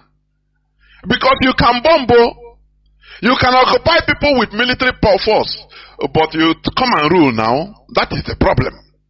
One day you will run away. Once the people are against you, there is nothing you can do. It doesn't matter, it takes 1 year, it can take 10 years, it can take 20, 50 years, you must surely run away. That is the reality. Because the population, African populace, is now opening eyes on our suffering in that continent. That, they smartly installed people, that are representing only their benefit in the name of democracy. Today, Africans are waking up. You understand? That is why today I'm going to talk on a topic that says genuine Pan-Africanism. That is the topic of our discussion today. Therefore, I want each and every one of you listening to me to invite your friends and well-wishers onto this hallowed platform. This is where we preach the gospel of liberation. The gospel of genuine Pan-Africanism is not making mouth service. No. We say it the way it should be, so that we shall progress, so that Africa will restore its space in this beautiful earth we are in. Because we have been a people cajoled, subjugated, enslaved, in any way, continuous exploitation till today. But it is time to say no. And we are doing it systematically. That is why we are agitating for the restoration of Biafra. IPOB is championing it. And our supreme leader is Mazi Nnamdi Kanu, who is still in the enemy dungeon. Albeit being released, ordered to be released, discharged and acquitted by the Nigerian court. But the Nigerian government, they don't obey their own law, their own court order. And it's a democracy, isn't it? Very ironic. But they are the people that are trying to go to restore democracy in Niger. Britain is using them. France is using them. The West is using them just for their interests. Do you see? I continue saying this. History is repeating itself. Africans were used to conquer Africans. During the transatlantic slavery. What started this transatlantic slavery? When the Portuguese merchants, they were coming to West Africa, buying and selling, bringing their goods and taking African goods also in exchange. Buying and selling, normal. Until they came one time, I think in 16th century, 15 something. Now they own our 15th century is 14 something, 1400s. The seller of that ship say, no, let us try to enter inwards in order to look for other type of merchandise. And he ventured inside in the in the interior of present day Mauritania. And they captured some people there. Some people, Africans, about whether 10 or 100 of them. They captured them and secretly took them to their ship and Off they went. What happened when they arrived in Portugal with these people? These people started pleading that, look, spare us. Do not take us. Do not enslave us. We will rather help you become your agents in Africa, so that we will capture our brothers. We have people that we have been waging wars. They now remember their enemies, the other African, tribes that are their enemies. We will help you conquer them. Now we become your enemy, your agents. You empower us. And that talk, they found favor in the king of Portugal that time. And after signing some treaty with those people, either 10 or 100 of them, I couldn't remember, but it is either 10 or 100. Either 10 of them. Now, do you know what happened? The European, the Portuguese, they brought back these slaves. Instead of arriving in the shores of Africa and turning against them, these people fulfilled their promise and carried them to other tribes with their arms. Their then guns as of that time, and used them, guided them, used the Portuguese now, guided them and went as either clan or other tribe and captured a whole people. Now the Portuguese were happy, but inside them they were surprised. What type of people are these? People that can sell their brothers. And they remarked that thing, that mentality. And that is what they have been dealing with. When you talk about black race, African, they label them in the black book, the Europeans, the West. People that can sell their own, for their own private interest. It never changed it today. And they empower these people. And they become their agents. And all other things were history. That was the start of transatlantic slavery. They are still doing the same thing today. And let me tell you also, do you know why? When they established the first church, the Roman Catholic Church arrived first in Onitsha. In 19th century, 1857 to be precise, if I'm not mistaken. Why they accepted them? It is not because of any other thing to worship or no. Onitsha accepted them because in order for them to use them as foreigners with power, to be dealing with Obosi people, Obosi. All this I'm telling you is, they are historical facts. Because they have been having skirmishes with their neighbors, their own brothers. Obosi, these clannish problems, that is common, which is normal. But the mistake Africans are making, or made and are still making, is collaboration with the white people, with strangers, in order to deal against their own. This thing made the European other races to label Africa as traitors. Till today, it is in all their books, all their secret books, that Africans are traitors, self-traitors. You understand? Something that other races don't do. When the Chinese were in their civil war, they were fighting each other. Normal, because every race in this world, there are problems everywhere. In Europe fought tribal wars more than in Africa. I used to say this. I want you to research whatever we say here on Radio Biafra. It's not we don't say things because we just say it. No, these are historical facts. The Visigoths, the Gothics, they wanted to kill themselves into extinction. You understand? How do you call these pirates? Today you are using it as a secret society mantra. The pirates, they are these Scandinavians. They go for them. The Western Europeans fear them like anything, because they say they go like lightning. They don't know how they come. They don't know how they go.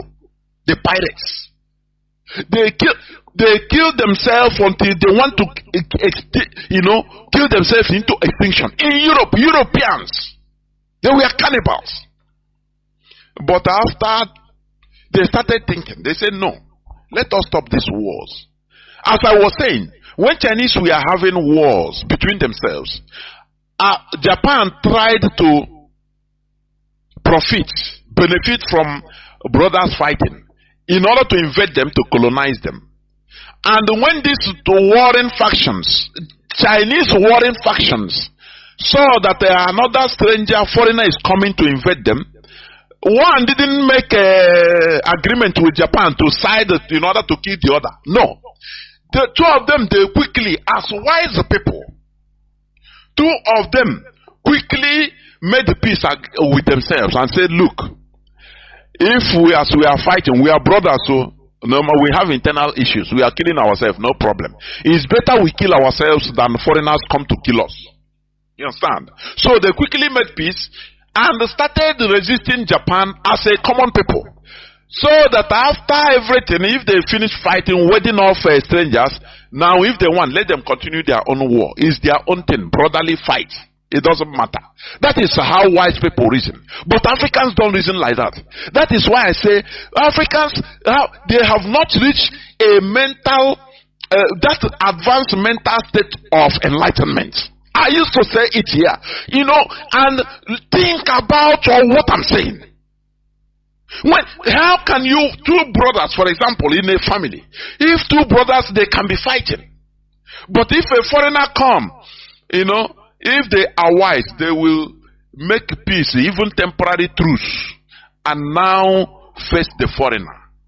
That is how wise people do. That is how wise people behave.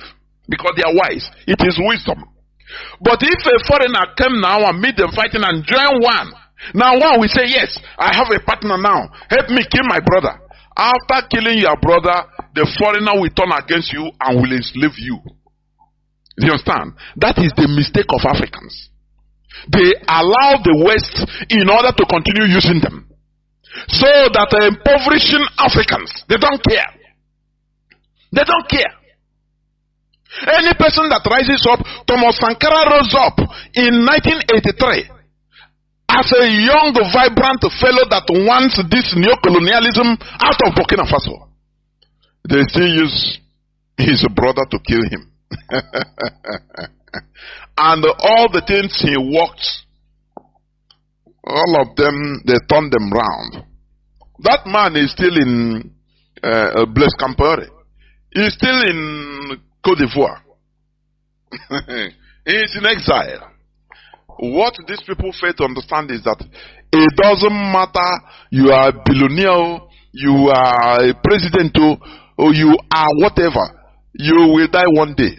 When Silva Berlusconi died, I was marveled. Because this man was a man that I read one time. His doctor was boasting that, you know, Silva Berlusconi, he will continue making Silva Berlusconi 50 years younger than his age. Get #1 kidney every time. Any organ that is not has any slightest problem, they will change it. So he boasted that Silva Berlusconi will live very long life, but it is not like that. You understand? It is not like that. Everybody must end. Everybody must be extinguished. This oxygen you are breathing, one day it will no more function. You will no more breathe it. The heart will stop. What matters is the legacy. Because whether you are from Africa, from America, everybody, the ultimate end of every human being is death. The problem is, what legacy did you lay in this planet Earth? That is the thing. But all these African politicians, they don't care about it. They don't care. They don't care. They don't care. Look at Paul Biya of Cameroon. Shamelessly, Macron used to stand up, welcome him. That man is no more living in Cameroon self. He lives in Switzerland. He comes to Cameroon. They carry him to come to Cameroon only during election time, election period. That is only time. By his great grandchildren. He don't know what is happening in Cameroon. But the Europeans are having field day over there. They made the beer less costly than water. Water is more costly than beer, alcohol in Cameroon. Drink yourself into stupor. Dance makosa. Do any other thing, but don't talk about politics. That is Cameroon for you. That is the truth. That is the truth. And France is happy. The Europeans, the West, they are happy. Oh, it's democracy. It's democracy.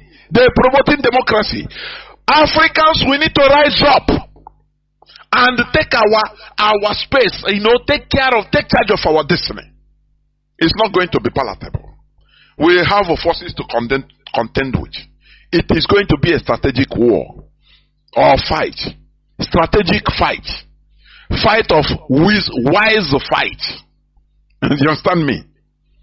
That is why every time I say it, it's for those that are saying why some countries are going from one colonization to another, talking of China, Russia, others. I disagree completely. You cannot wrestle yourself out of a powerful hand oppressor by yourself. You have to do it siding an opposing force, equal and opposing force to that your oppressor. America is today a separate country that detached themselves from Britain. Who helped them? It was France. Without France, America wouldn't be a country today.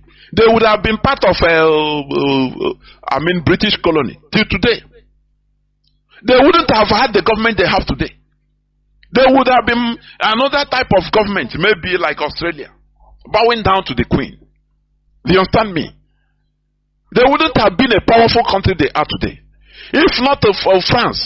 France was a powerful country as of that time, in the 18th century, or 19th century, early 19th century. France was powerful also. So, in order to remove themselves to fight a powerful country like Britain, the colonies, the 13 American colonies, they have to beg France to help them. And France came to their rescue. Because France, no matter their European neighbors with Britain, they are having competitions. They are friendly enemies. Or they were friendly enemies. You understand? So, the America that time, the Unionists, they use that benefit. They made use of that benefit between two fighting giants, and they brought one giant to side them. Did the France after colonize America? Is it not America today that is even being in front of France? Is the France pursuing America like licking us? Is it not the same? Is it not it? You in this world, you have to profit. Anywhere you should, you have your interest, you grab it. Even if it is temporal, grab it. No attachment of this sentiment. No, there is no sentiment in international politics. Anywhere you see, you are anything you can grab for your benefit. As of that time, you take it. If you go, now you use your God-given wisdom, because a country is filled up with people that has wisdom. Now you use your wisdom think tanks in order to wriggle out of the hold of that new strong person. That is how it is done. So when people say that Africa is trying to get out from one colonial master to another, I beg to disagree. It is lie. Why didn't France colonize America? When they ran away from British colony, with the tacit support of France, direct support, they didn't hide it. They brought arms to fight against Britain. After, why didn't France recolonize America? But all these things you don't ask. You don't ask all these questions because you don't know. You are ignorant. Anything they talk. When you see people analyzing all these episodes, African episodes on mainstream media, people you think you see that they are intellectuals. You see that their understanding is highly limited. The way they see things is completely limited to reality. You understand me? You will see somebody when he's talking because he's a PhD from Cambridge. He has to talk for the interest of where he schooled in Britain. That is the truth. They don't tell you the reality, the bottom reality of things. No, they don't tell you. You see the analysis just like it doesn't reach the ground. So many of them, they don't make sense. So any person, any powerful country that you can align to, in order to get what you want, grab what you want as of that time, you grab it. You get something. In international politics, it is win, getting interest. As of that time, if you grab that thing you want, now, you use your diplomacy, might, every might, in order to wriggle, continue holding your interest. That is how it is. When Mandela came out from jail, he started visiting. He invited even people from both Palestine, friendly to them. And when he visited America, they were asking him, Mandela, you say you are championing democracy. Why are you making friends with the people that are terrorists? Palestinians, terrorists. That is how they ask him. One thing Mandela Madiba answered them. He said the most mistake the West is making is thinking that their enemies should always be our enemies. That is not done. It's not done. When they were, after all, America sided with Britain in order to support apartheid, give them arms, encourage them to slaughter black people. Now, when you come to people that helped you, Cuba helped apartheid regime. Anti-apartheid. Cuba, Fidel Castro helped the ANC. China helped. Even Russia helped them in order to gain independence from apartheid. Now, when you come out, they want you to just hate them because you are. They will order you just hate those that that helped you. Does it make sense? And you will just blindly accept. This is a war, a world whereby we are all equal in this world, equally created. All of us came out nude. No human being came out from the mother's womb with clothes or with any other thing. No. The same way everybody came out. The same way I come out from my mother's womb is the same way Joe Biden, the American president, came out from his mother's womb. Everybody in this planet Earth. And all of us is going to die. So why do we feel inferior? It doesn't make sense. Before I go to the subject matter today, I will just read I think one or two headlines. News headlines, please. Okay. Days when Naira will be stronger than US dollar is coming back. Redeem the Church Overseer Pastor Adebayo predicts. That is, let me see, September 3, 2023 news headline. Are you seeing it? I say, they are selling stupidity to people. This that the GOs, this so-called God of men or men of dogs, I don't know.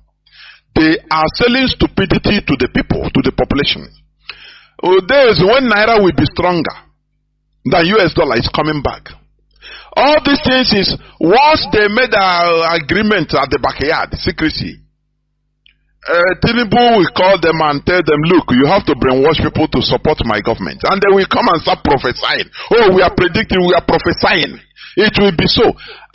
The Komoyi have been saying that Nigeria will be paradise since 1986, praying for Nigeria till today. The same thing.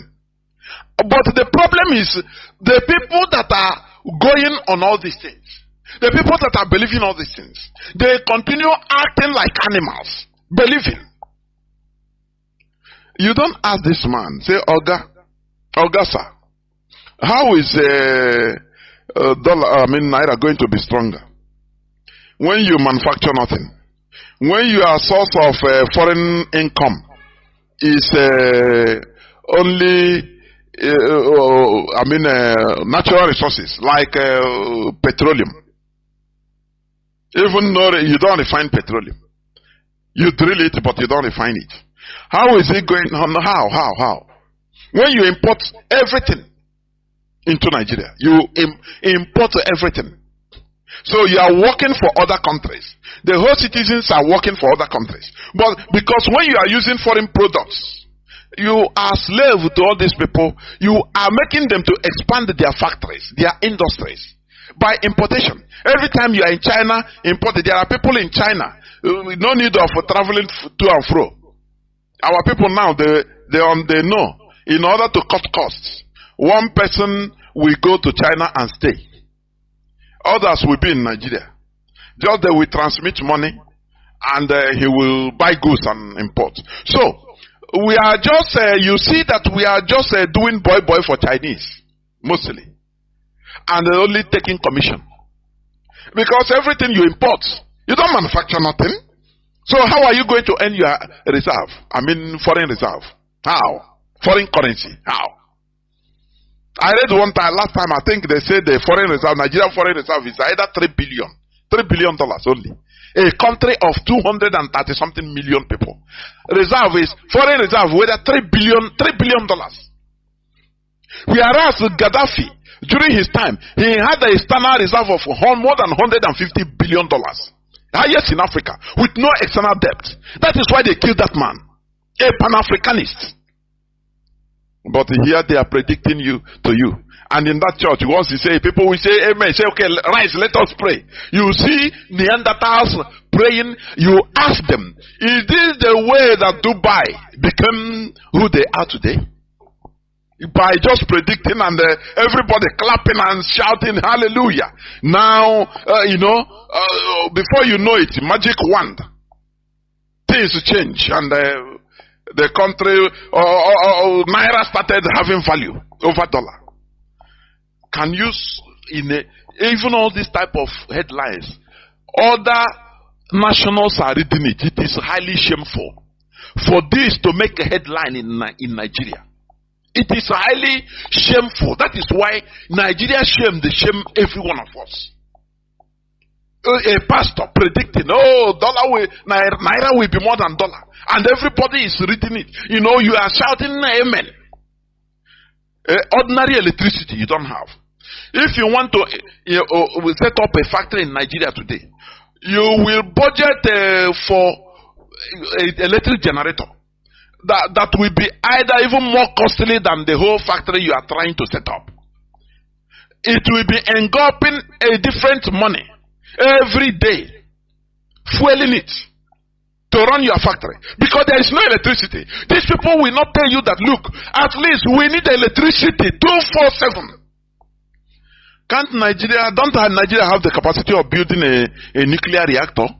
Let me ask. Don't Nigeria have the capacity of building a nuclear reactor so that Nigerians will have light, electricity? You see that this is a grand conspiracy in Nigeria by Britain. I say Britain, so that to deny Nigeria, the type of suffering they put in Nigeria is too unearthly suffering. All this so that the people will not rise up. Because they know that when there is electricity, people will start doing something. You understand?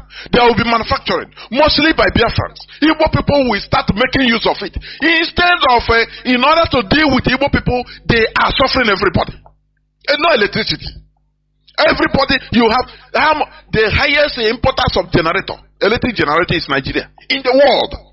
And what all these politicians do, Britain encourages them, go outside, go Malaysia, go China, build a generator factory, so that you'll be sending it to Nigeria. That is what they do. They are suffering people unnecessarily. And the worst of it is this, that the people in Nigeria don't know that they are suffering artificially. It's artificial suffering. Some people are putting this suffering artificially. It is not natural. Though now they use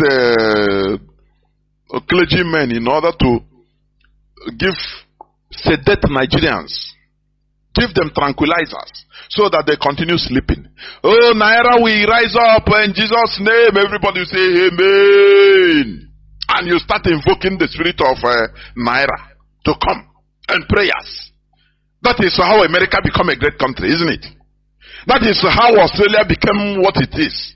Is that the way China became what it is today?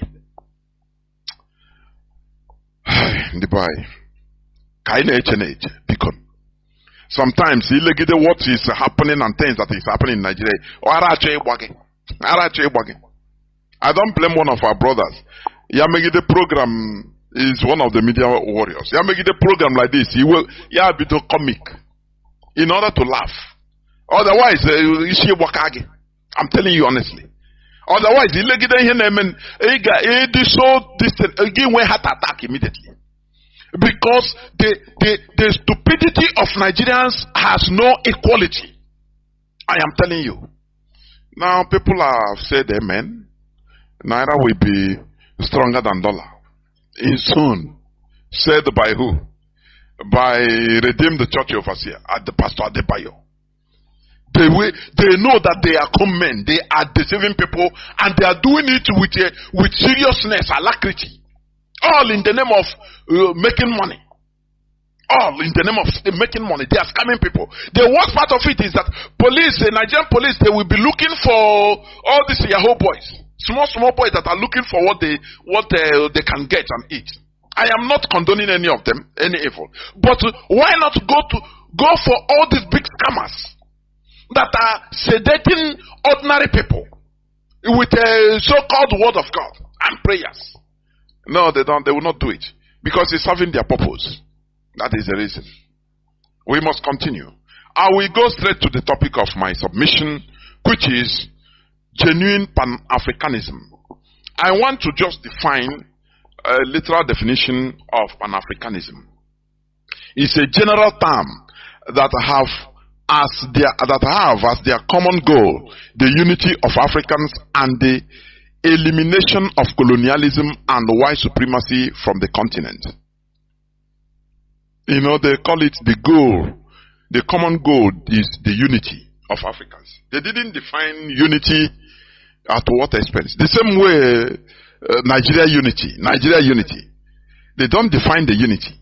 How? How can you have unity without equity? How can you have unity at some people's expense? How? They don't, that only that unity. At what cost? At whose cost? Without equity, without justice, there will be no unity. That is what Africans should understand. And that is the reality. Because what brings problems is lack of equity, injustice. That is it. And that is why we are agitating for Biafra. Because we have no justice in Nigeria. We are being marginalized in Nigeria. Look at a whole race.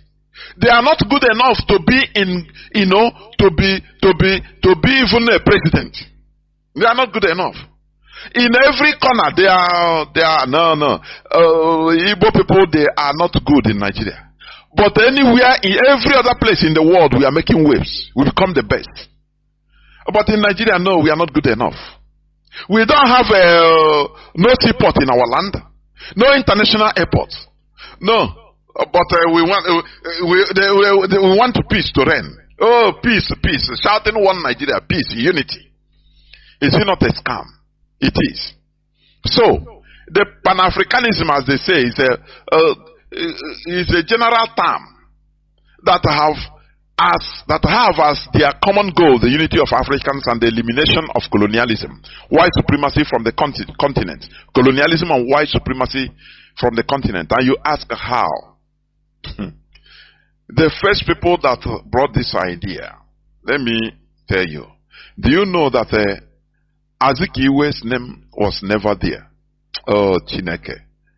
Azikiwe that answered Zik of Africa, he was never there. Do you understand? You have people like Toussaint Louverture That is one of the Haitian general and the most prominent leader of the Haitian revolution. You understand? As one of the pioneers of this Pan-Africanism ideology. Jean-Jacques Dessalines, also a Haitian revolutionist. Haile Selassie, Ethiopian, Emperor Haile Selassie, that gave rise to Rastafari when he traveled to Jamaica and made the famous, disco.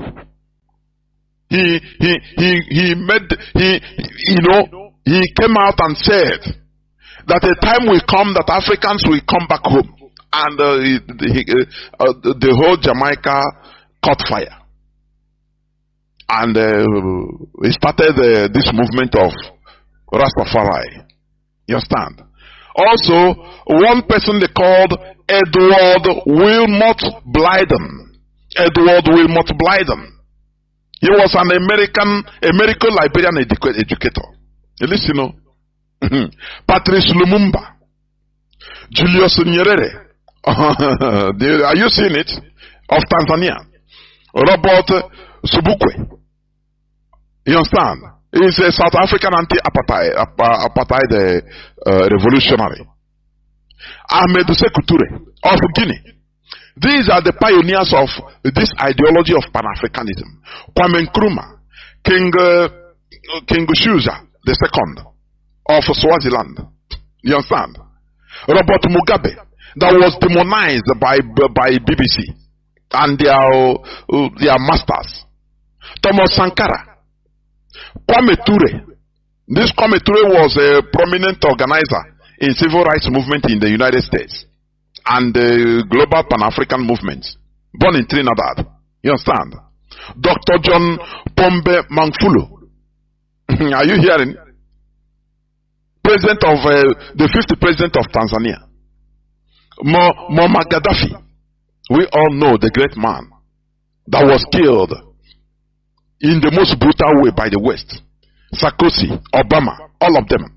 Yoweri Museveni, who is still in power. These are the pioneers of this ideology of Pan-Africanism. Are you understand? Do you see anywhere they say Azikiwe? No mention of Azikiwe in the international African level. Azikiwe's name is never mentioned. That is why I'm saying now. Sometimes I'm not as primitive people, and that is it. Onye pota ya honwe onye Igbo ya riju afu gote one cow, nwete one small crumb of political power.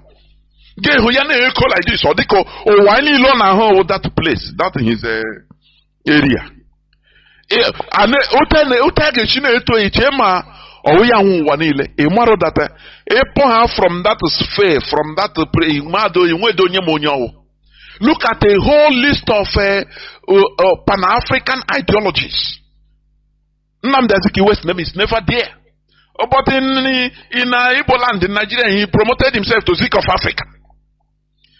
Don't worry, even the other time, Mazi, who will be joining me as usual in no distant time. He said it. That who knows Azikiwe in the international level as a Pan-Africanist? He's right. He's right. But for us, that is why I'm saying, I will primitive people. I can do until he may put like this. Now you start seeing that he in the mail with nonsense.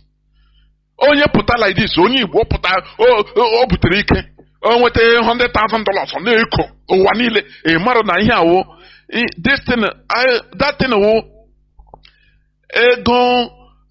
one rich Kuwaiti, Jenyanketani. Just say go Jenyanketani under few days. Only with only eco, this is a very primitive character.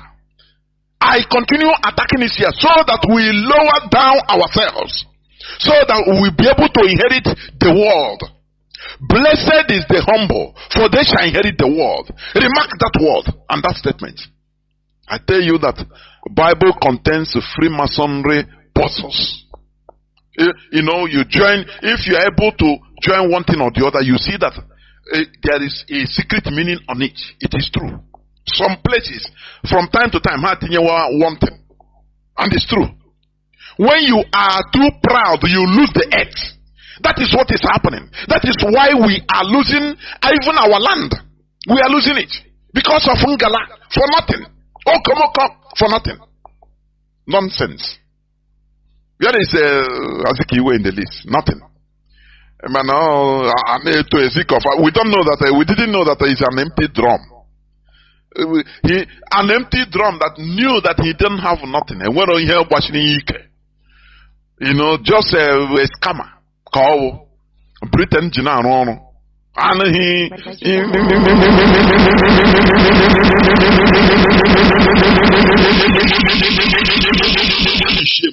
I will need limousines to be moving around so that my people will be seeing me as a big person.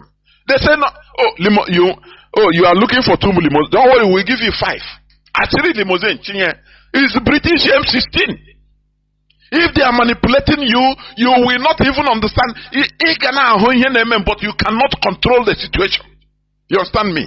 That is why today, what we are seeing in this struggle, I have come to understand that many of our people are being manipulated without knowing. Some of them they know, some of them they don't know. Because the West is nourishing that your selfishness. They nourish it. That is the work of the Secret Service. Look at how they are putting criminality. They want to use criminality in order to douse IPOB, the struggle, legitimate struggle we are doing. They put criminality.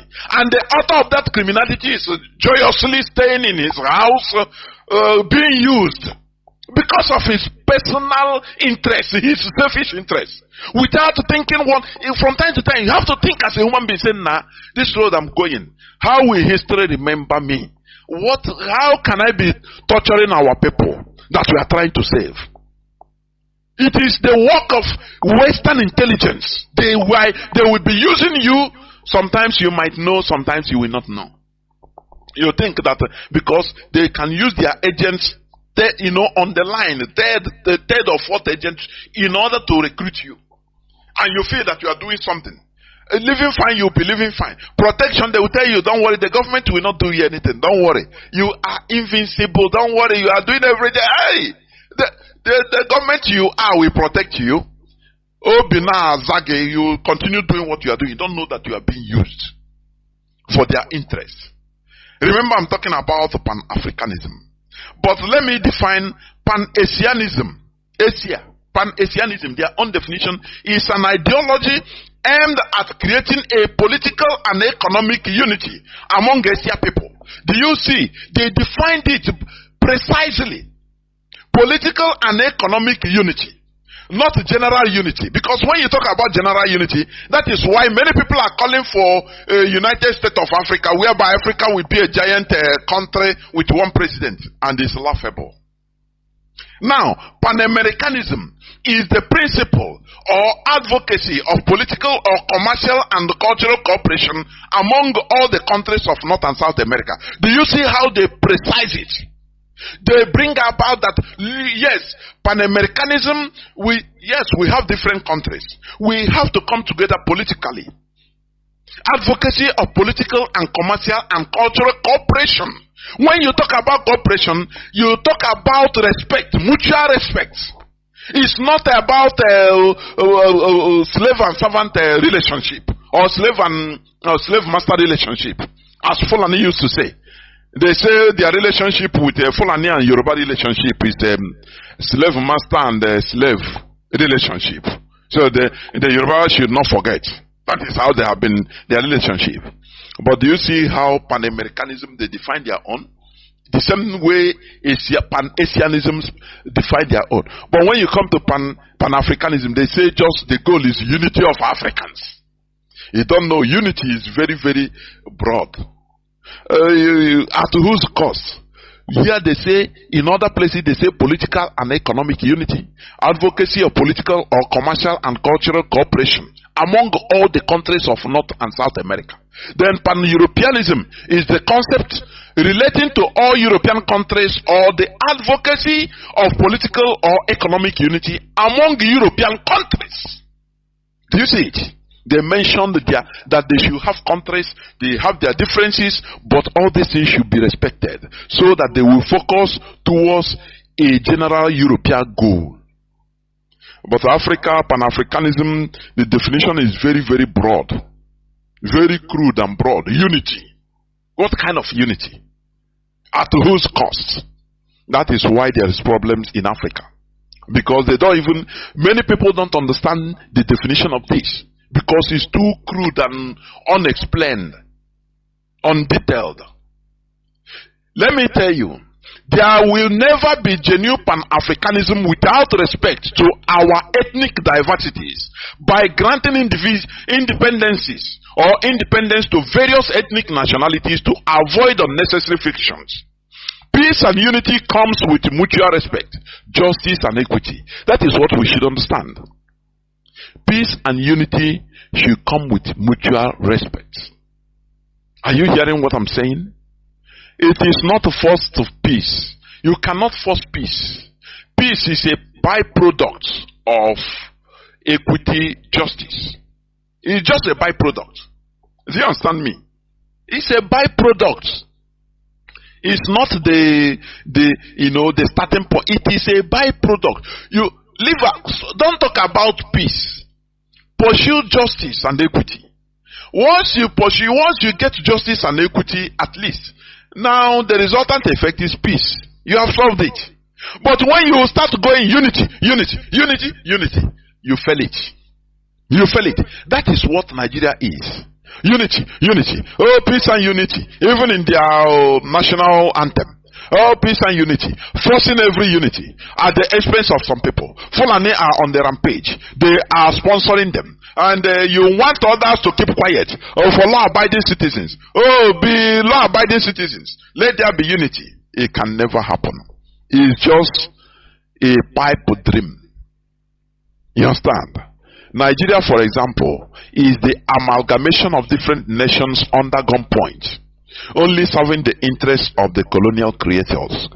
Do you understand me? I had some people, when they talk about, what is going on in Africa, Nigeria, let there be revolution, let there be coup, military coup. I laugh. I say, how many military coups have Nigeria gotten?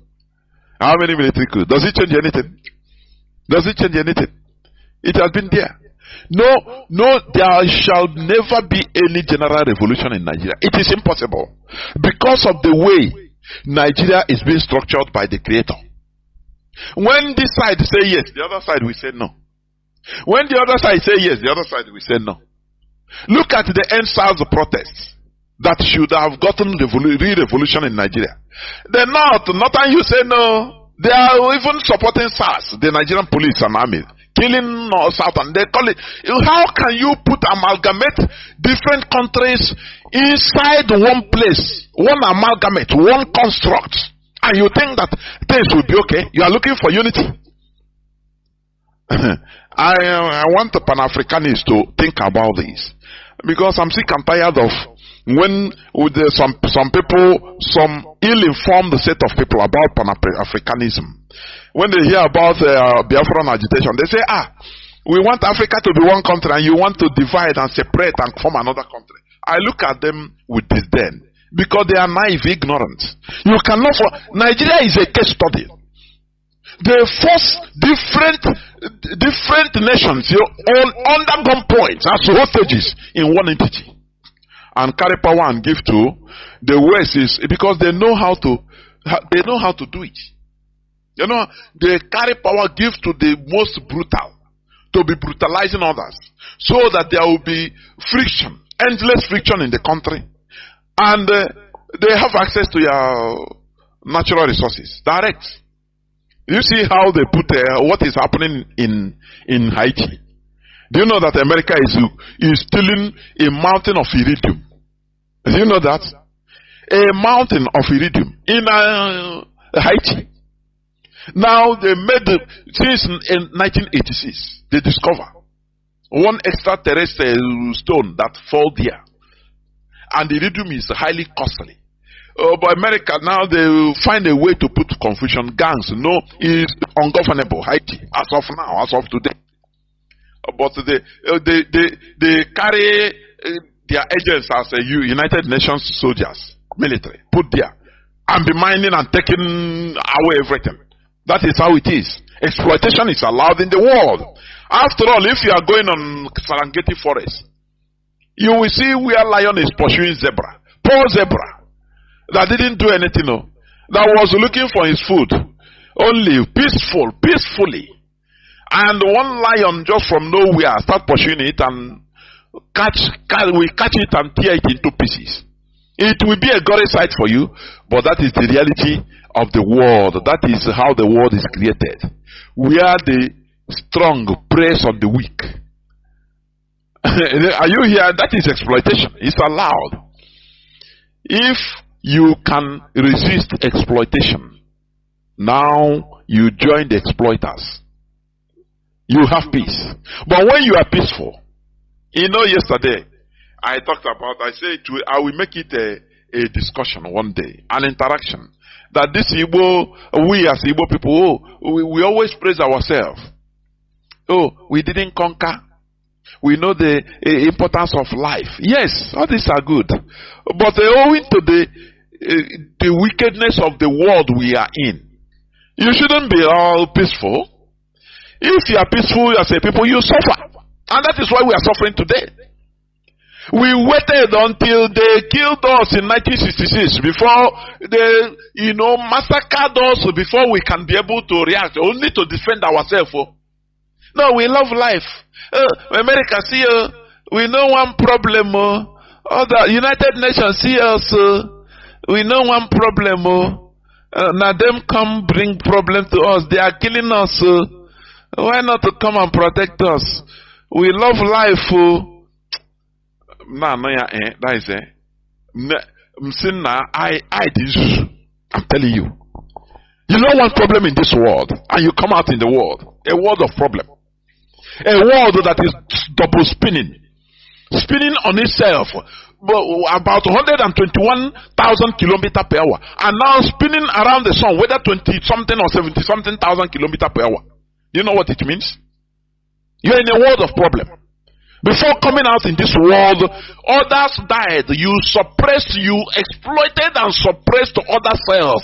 Other lives were lost. Do you understand? And you now come to be peaceful. We don't conquer people. And today, are we not suffering it? Aren't we suffering it? Others that fought and conquered and put everybody under umbrella until it became their tradition. They speak one language. Before we know, this one speaker said, no, problems everywhere. Why they were peaceful? Are we not?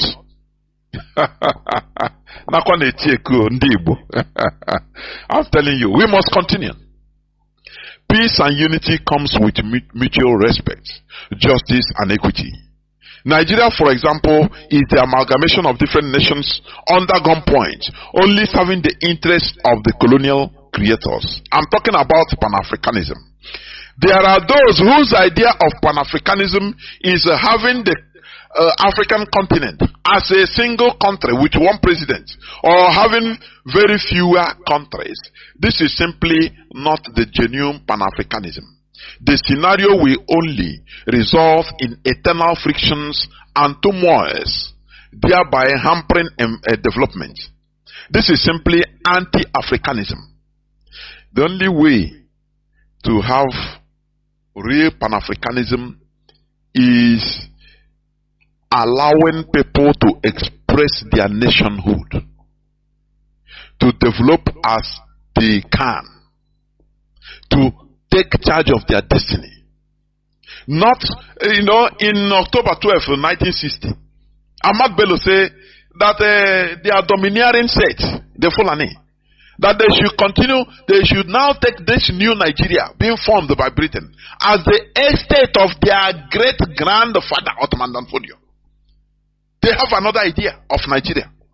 That they should make sure that power does not depart from them. That they will always use the northern minorities as useful tools. You understand? And make sure that power does not enter the south.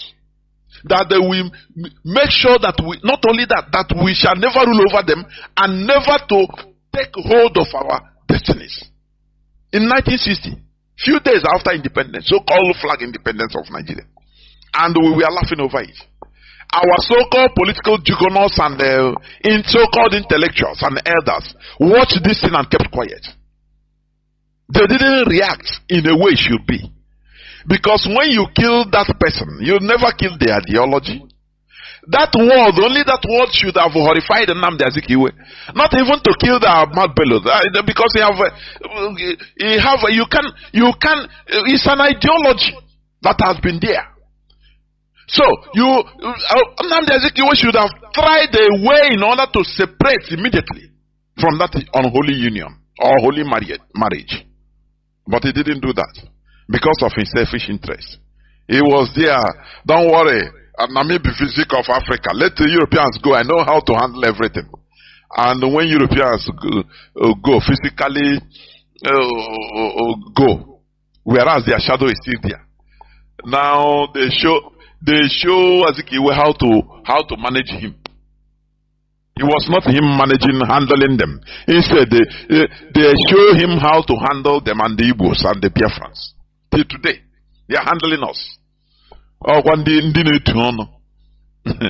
know, that is why when some people, what they want is for the leadership now to come and start now we will do the many people very primitive set of people. We will do this. We will do this, water. Just making sure. Mazi Chinedu would have said this. That the leadership of this struggle is not content creators. They are not brand stars or content creators. To tell you, to make you happy. Whereas the reality is different. They will tell you as it is. Now, the thing difficult but we are fighting it. It's a strategic war. It is not something we come out on the open to vomit anything we want to do. No. But the result is what you'll be seeing. That is it. Chicken. And the people that want to watch a show, in the show, that is why I need and they make show. They go, they say, nah, nothing that happen on DSS, on DOS side. Now this IPO, now let me look for where things are happening.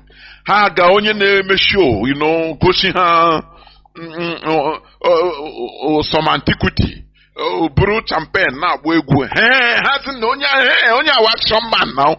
Very backward thinking set of primitive individuals we have in our land. I'm telling you honestly. And after they will be deceived. And before you know, they'll forget everything and say, nah, I beg. And their suffering continues. You understand me? How can you turn Africa into a giant country whereby you have one president and you think that everything you have solved, is some African mentality.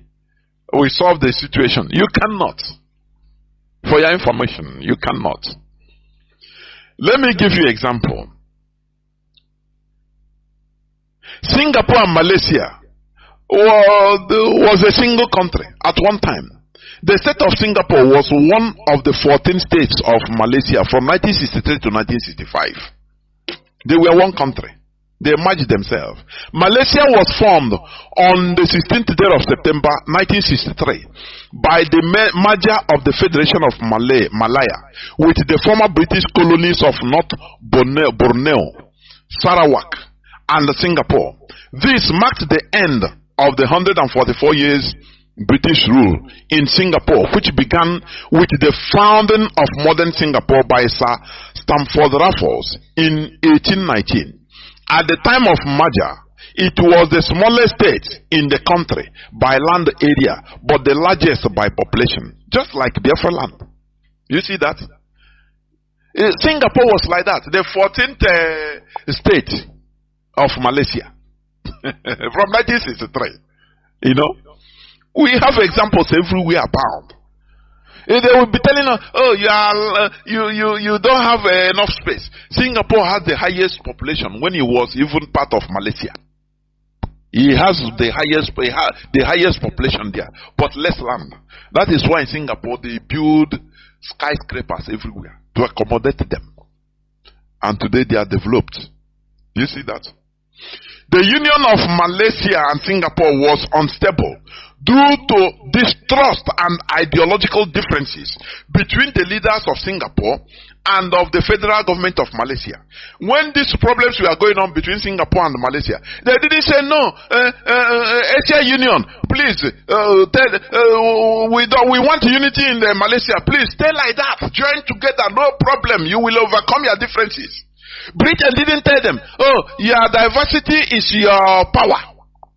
Your diversity is your tenacity. How I used to forget how they say it. The Britain didn't tell them like that, as they are telling Nigeria. Oh, you are suffering. No, we are being marginalized. People are being killed in the north by the Fulani. Villages are being swept away. The demographics are being changed artificially. Britain said, no, don't worry, stay like that, it's okay. Your diversity is your strength.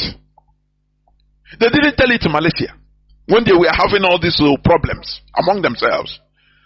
Do you understand? Because they were unstable as a country due to distrust and ideological differences between the leaders of Singapore and the federal government of Malaysia. They often disagreed about finance, yes, politics and racial policies. Singapore continued to face significant trade restriction despite the promise of common market in return for a large proportion of its tax revenues. There were major race riots in Singapore in 1964. That was when they now say, no, instead of us to start killing ourselves, we have to do something. But in the black Africa, because we Africans now, people that were bought with money by the Europeans, by other races, why wouldn't you show them what is good for them? We are dying in Nigeria, killing ourselves. They say, no, Britain will come. Say, no. Your diversity is your unity. Don't worry. Continue. It's okay. You will get over it. And the people bought into this rubbish. No, every time they are singing unity of Nigeria. Oh, unity. As if by invoking it, by talking about unity, you will get unity. You know people that have been brainwashed into speak a word and it will come to pass, as the Bible says. That is what they believe. That is why some people, they want us to come here and start shouting, Biafra will come, Biafra will come, Biafra will come, Biafra will come. Biafra will come. Very primitive way of thinking. Because they have been brainwashed. Speak a word. Dollar will be less than naira in no distance time. Amen. Their word is powerful. Now they believe that when you come on Radio Biafra, you start singing, Biafra will come. Release Mazi Nnamdi Kanu. Release Mazi Nnamdi Kanu. Mazi Nnamdi Kanu must be released. And he will be released. You don't know that what is being taught in Radio Biafra, all these grassroots affairs, is an eye-opener, a brain opener that will lead us into a vibrant society called Biafra. You don't know. These are the things that we need to do. But because you are brainwashed into believing another thing. You want us to come here every time. As I stand here now, I start singing like an onion chaplet. Maria Diasa, Yola Yayo. Biafra will come. Maria Diasa. Biafra will come. Maria Diasa. You all want to call. Oh, this now. Oh, this. When Malaysians and Singaporeans were having problems as in one country, they were killing themselves. Now they say no, we cannot continue like this. Because as we are killing ourselves, we will not have any space for even thinking about development. Everybody will be thinking about his own. Oh, my tribe. Oh, no. Why do you give us like one Ariwa group? They say Tinubu didn't give them juicy position. They alluded the finance to them. They didn't give them finance. And there's one other one. very juicy position. All that the people are asking, give me cake, juicy position, so that you will milk. No person talks about development because we are in a very big contraption, forced together under one point. And you're talking about Pan-Africanism being a country ruled by one president, that there will be progress or peace. You are in a cloud cooker land. I am telling you honestly. This political problem, I'm talking about Singapore and Malaysia. These political problems culminated in the decision by Malaysia's Prime Minister Tunku Abdul Rahman to expel Singapore from the Federation, and on 9th August 1965, Singapore became independent. Do you understand? They did something like human beings. It is this. The Prime Minister of Malaysia, when you look at it, he said, no, if we continue like this, we will not even think about progress. We will be killing ourselves all the time, looking for juicy positions, making the country, and the foreigners will be taking advantage of us because we are fighting always. So it's better we separate so that we develop. Go and take care of yourself. I take care of myself. He unilaterally expelled Singapore from the Federation, Malaysian Federation. You understand? And today they are thanking their goodness that they did it. You understand? Today both of the countries are doing very well, and they are exhibiting genuine friendship and pan-Asianism. You see many Nigerians, many Igbo people are in Singapore, in Malaysia. Had it been they are killing themselves, you will not try to go there. But they did something that should be emulated. People in Malaysia are hearing my voice today. Biafrans in Singapore are hearing my voice. What we are clamoring for is what Singapore and Malaysia did in the 1965. That is why you are able to stay there. And when you call, you say, you see here, there is electricity 247. You see, Nigeria is a city hole. Here I am now. I'm living in the 50th floor. Everything is okay. Water is running. The pressure of water is coming up normal, but you didn't. If they tell you join hands, let us restore Biafra, you say no. You don't know that why you are able to go to Singapore and live in Malaysia is because they did what we are clamoring to do today. You don't know that because you are ignorant. Let me tell you this. It's a news of 2010. Gaddafi, when he visited Nigeria, he went back, he said no. He saw something. Because he is a realist, a Pan-Africanist. You understand me? Gaddafi suggested that Nigeria split along ethnic lines. In 2010, Gaddafi, oh, this man is a great man, honestly.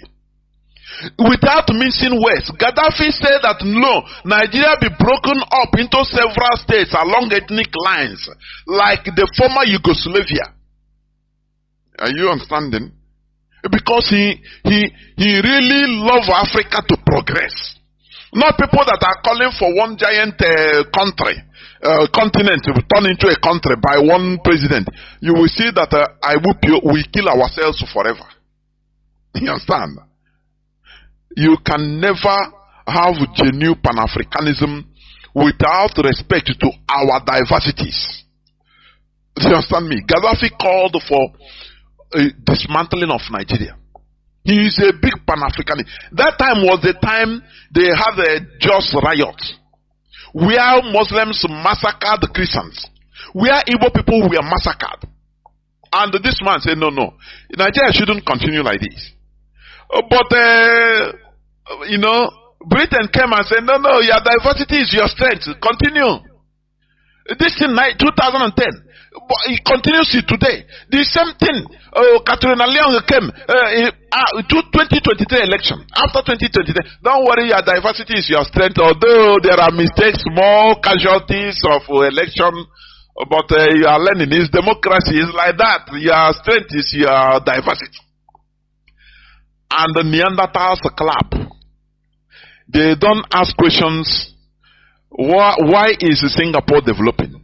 If Singapore and Malaysia has been continue being in one country, there will be no development.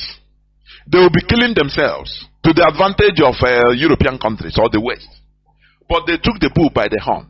They said, no, we shouldn't be killing ourselves. Why? It's better we become separate. We become separated. And we become good neighbors. And today, Malaysians are in Singapore. Singaporeans are in Malaysia, doing well. They are exchanging in mutual respect. That is pure Pan-Asianism. Good neighbors. Now you can remove visa restrictions in order to, facilitate commerce among yourselves. Free movement of goods and services. That is how it is. But first of all, you have to take your destiny, different destinies by your own hands. And develop yourselves according to your paces. Singapore went into work. Because that time, the first Prime Minister of Singapore came back, was crying. When he was making an announcement that they have been sacked from Malaysia, he was shedding tears on air. That they pursue us now. What are we going to do? We have to take the bull by the horn. That is the time you see human being. You understand? When you are pushed to the wall, now they have a country. Their country is looking at them. They need to now work. That is why we are clamoring for the restoration of Biafra. So that we, as a people, we go into work. In order, those people that they say they are not good to be to rule Nigeria. Oh, they are not qualified to be engineers in Ajokuta steel industry. Because Igbos will dominate there. No, they are not good. They pursue all of them. They replace them with mediocres. No, they are not good in this. They are not good in that. Now, when we have our country, it will become a challenge. And we will go to work. That time we will bring our brains. You will see patriotism. You will see that we love our nation. That time you will see that, look, we have been yearning for this. We will start building our nation, with all our might. You understand? Because that time it will be a challenge. Gaddafi, the leader of Jumhuriyya, he said it. He suggested that Nigeria be balkanized in the 2010. But Nigeria, they recalled the ambassador from Libya, saying, now this man, is it not what is happening? Gaddafi is a big Pan-Africanist. He saw the reality. He didn't miss words. He said Muslims should be one side, Christians should be another side, and form different countries, so that you become good neighbors. But they go with sentiment. No, why is this man talking like this? Hey, our ambassador, come back. Britain put a voice, put pressure on them. Do not allow this man to come and spoil your dear Nigeria. Your diversity is your strength. So please, do not allow him. Make problem with him. Gaddafi, a great Pan-Africanist, in 2010 called for the dismantling of Nigeria in a former Yugoslavia style. Genuine Pan-Africanism starts when Africans recognize and respect their ethnic and social cultural differences, making rooms for different nations which are illegally gummed together by the Europeans to govern themselves in their own ways. The same way the Europeans allow their different ethnicities, notwithstanding how little they are, to remain independent or voluntarily come together in a highly federated unions. Loose highly federated unions. Like Switzerland. Any part that wants to say, I don't want to be part of Switzerland today, they will get and do feast for them. Just like what Mazi Kanu said. That Biafra will be, a highly federated nation or nation state. If tomorrow Islam say, no, we don't want to be part of Biafra, the only thing we do, we say, okay, it's not one man, we say, no, there is not. The referendum will be organized for them. Once they say no, we don't want to be part of Biafra again, no, we hire brass band, cook rice and beans and oba, cook feast, do them send off with all our hearts, and we pray together, go for together, that you progress and we continue being brothers. We do them send off. You understand? That is how it should be. That is how Europeans organize themselves. Let me tell you, many European countries are not up to 1 million in population. You know that? For people that are talking about Pan-Africanism as if we have to become one country. No. You must respect people so that peace will reign. Mutual respect. A case study of this thing is Nigeria, where people are lumped together. What is happening in Nigeria? No security. No security, no development. Nothing. Nothing is going on. No electricity. People don't, if you want to put electricity, they will sabotage it. Because some people are gaining. If you want to rise up to protest, so they will say they will abolish Igbo. The Igbos you want to protest with Igbos? No. Leave them.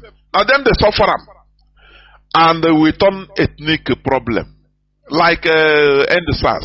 No, you people in Yoruba in Lagos. Now your properties Igbo, they destroy you. They are tricking you into destroying Lagos, your properties. Look at you. On a no sabi. On a be mumu. Now, comrades that we are fighting together started distancing themselves. Oh boy, let's move. This one say, oh boy, nah, I beg, Omo Igbo. On a don't deceive us, I beg. Which kind of answers? Me on a go on, it shall go do them like that. Here in Lagos, in our land, they put a crack. Because they know that Nigeria, there is nothing like a revolution. It can never work. It can never, it's impossible. Because of the way they structure issue. The politicians are 100% in control. The few 0.5% of the population that are politicians, they are in control. If you want to rise up, they will put ethnicity on it. They will put a tribe or say na Igbo tribe. You know they had them now. Any person, any other tribe in Nigeria that hear about Igbo, hey, they look back. No, I want Igbo to dominate on her. They say no. Instead, make a politicians, make a Britain, make a Fulani kill everybody instead of Igbo to dominate. They use the hatred they have developed against Igbos in order to destroy Nigeria, and everybody is suffering it. And that's why I'm happy, because everybody is suffering it. Everybody, you know. If people want to write, just like what the Jews did in the situation of the Jews. During in the Tsar era of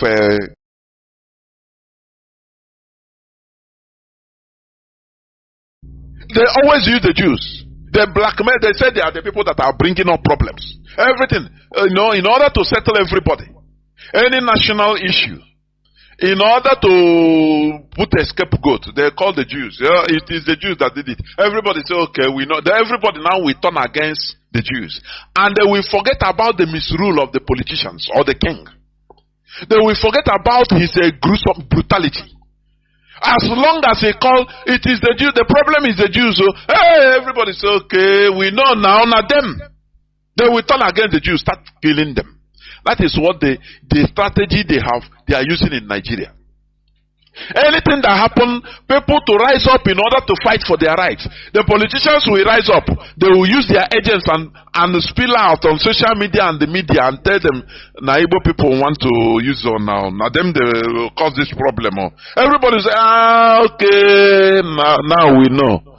The Igbo people, I beg, we not go follow Igbo people. Instead, make you politicians, make Britain, they squander everything. No problem. Make we they suffer.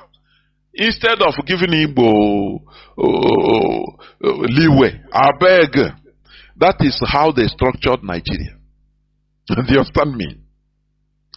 Do you know many European countries, they have countries as little as 700 and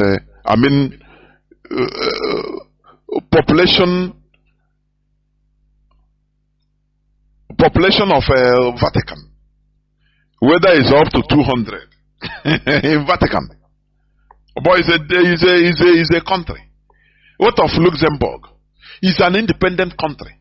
What of Iceland, Latvia? All these small, very tiny countries with tiny populations that are. Iceland is not up to 500,000, 365,000 people. Iceland. But they are independent, running as a country. They have respect. That is how peace reigns in a continent. That is pan-Europeanism. When respect is accorded to everybody. When people are allowed to take charge of their destinies. Now, the end product, the result is peace. This peace. Because you respect me, now I respect you. I call the same respect to you. You don't look down on me, say, Onyamiri, kill Onyamiri, want to. No. If you do, how can you have peace? When you don't want me to even rise up. Because of me, you want to punish everybody. And when I want to bring up people to protest, you say, you deceive them and say, no, Igbos want to do something, or it's Igbo that is causing it. They will fall back and say, Igbos, we know, they will turn against the Igbos. Do you see what we are suffering in Nigeria? Even in the Americas, let me tell you, there are some population, some countries in America that are very, very little. You understand? We have little countries. Guyana is 743,000 people. 743,000. A country. Suriname has 590,000. A country. Belize have 419,000 people. Not up to 500,000. A country. A complete country. Bahamas. All these countries, go there, you see Biafrans, they full there. Bahamas have 393,000. Where you go on holiday, spend money. It's a country. 393,000 people. You understand? Barbados have 288,000 people. Barbados. Do you understand? St. Lucia have 178,000 people. St. Lucia, a country. Grenada have 113,000. A country. St. Vincent and the Grenadines have 110,000. A country. You understand? Antigua and Barbuda have 99,000 people. But it's a country. A country respected by United Nations. Dominica has 72,000 people. Cayman Island, although this is a part of the UK, I will not say it's a complete country. St. Kitts and Nevis have 54,000 people. You understand? And many more. Many more. Do you understand? Now, when you come to Europe, you see people that are less than 5 million, less than 2 million, 3 million, Armenia, 2.7 million, Lithuania, 2.7 million, Albania, 2.8 million, you see Kosovo, 1.6 million, a country that is not up to one local government in Biafra land. Estonia, 1.3 million. Luxembourg, 639,000. Montenegro, 627,000. Malta, 526,000. As I'm talking to you, there are Biafrans in Malta. Maybe they will call. Iceland, they have risen to 370,000. You see that? Iceland. There are Biafrans that are seeking asylum in Iceland. We have, I think, a family in Iceland. A country of 370,000 people. You understand? Andorra, 79,000. Andorra. Are you hearing it? Liechtenstein, 39,000. Monaco, 36,000. Gibraltar, although it's UK. San Marino, 33,000. But we as the black people, as Africans now, people that we are bought with money, we don't have right to our independence, to rule ourselves. I know be a boy. Britain will come and say, no, your diversity is your strength. But in Europe, they don't tell them that. You don't tell them that. They respected everybody, and everybody have free hand, independence. Now they called for, association, mutual economic association, European Union. And that is when they will be talking to each other with respect, not dictating for you. As we are in a country, look at Nigeria. The Igbo politicians now are requesting, Tinubu, help us now with at least 2 more ministerial positions. Help us now. And they say, come on, shut up. What I give you, you're okay. You should be okay. Hey, thank you, sir. Not that we know, we know you love Igbo people now. They have sung love for Buhari until he died, and the impostor, he has gone. Now they are singing again. Tinubu should prove that he loves Igbo. Give us another, the little you have done very well, by giving us ordinary, just 5 ministerial, but add another 2 or 3 now. Add now. They tell you, shut up if you talk. Sorry, sir. Wait for 2027. You will have another. Sorry, sir. Sorry, sir. Sorry, sir. How will you have peace? How will you expect peace and unity in a country like this, whereby if we have our independence, we will take charge of our destiny and be developing, and we'll be talking to ourselves as equals? Nigeria or Iriwa will come we will be competing, healthy competition on development. If they have car factories manufacturing, made in Iriwa car, we try to imitate them, emulate them and produce aircraft. It will become healthy competition. When they saw that, Biafrans are producing aircraft now, they try to make research for, jet bombers. That is healthy competition. Things will be moving on. But in a country where all of us are together, we are good for nothing now. We are together.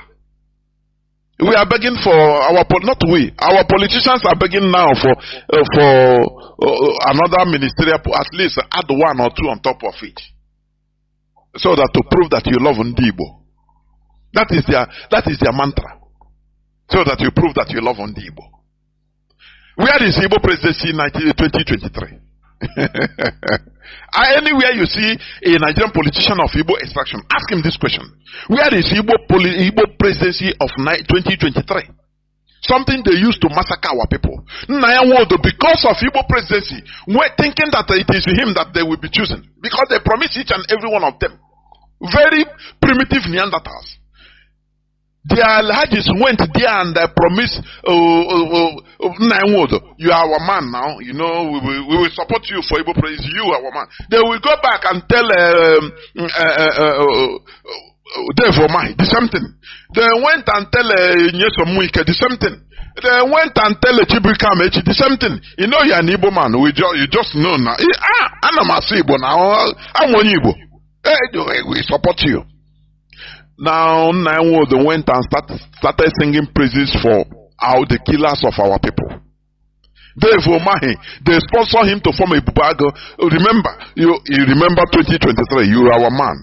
So, form a Bubago and kill all these Biafran agitators. This is your youth, kill them. He jumped in to say, don't worry, I will do it, I will prove to you. Where is Igbo presidency? For goodness sake. You think we are going to forget it? We will continue asking this question in this platform. Where is Igbo presidency 2023? Where is it? Today, you have done as if nothing happened. You have forgotten, but we don't forget. We don't forget. If you don't give it to us, we know that you have pushed out of Nigeria. If you don't give it to us, we are going to join IPOB in order to look at these very inconsequential idiots. That is why they have been relegated. Igbo politicians are now relegated to nothingness, irrelevancy in Nigerian politics because of their behavior. They don't understand politics. Politics is about local, your people. Being at your back, not killing your people, making enemies against your people. Where is Igbo presidency? That is a question that you need to answer. All these countries I mentioned, European countries, American countries, some are less than 100,000, but they are countries. They are different countries that are managing their lives, living fine. If you go to your country, if you go there, you will even see Biafrans, see Africans hustling there, seeking asylum there, begging for asylum there. But let us go the way of these people. You say no. Nigeria, my Nigeria. And what is your Nigeria doing for you? Why are you running away from your Nigeria? Gaddafi saw this and he suggested for the dismantling of Nigeria. They came against him. Britain pushed their idiots, Nigerian politicians, in order to come against Gaddafi. Today, Nigeria is still where Nigeria of 1970 is even better than today. Are you seeing it? And people are walking happily as if nothing is happening. They don't care. No electricity in 21st century, they don't care. They don't care. The clergymen are in one place, another side, giving them sedatives. That all will be okay. That your problem is a demon. He is the devil. He is a demon. Pursue him. Cast him. In 100 days fasting. Cast him away. And the people are following this primitive way of reasoning. Outdated. Something the Europeans run away from. You are following it. We will never tolerate this type of idiocy in Biafra land. That is why we are sanitizing our brains. Whether you like it or not. We must make sure that we sanitize our brains in order to enter into our country. Because with this dirty and compromised brain and of primitivity, superstition, it cannot work. Who is going to build it? They will tell you, no, my pastor said no, demons are there. So let us first of all go fasting for 30 days before I come back. Is that how you are going to build a country? Hey, I will continue. I will open my lines in no distant time.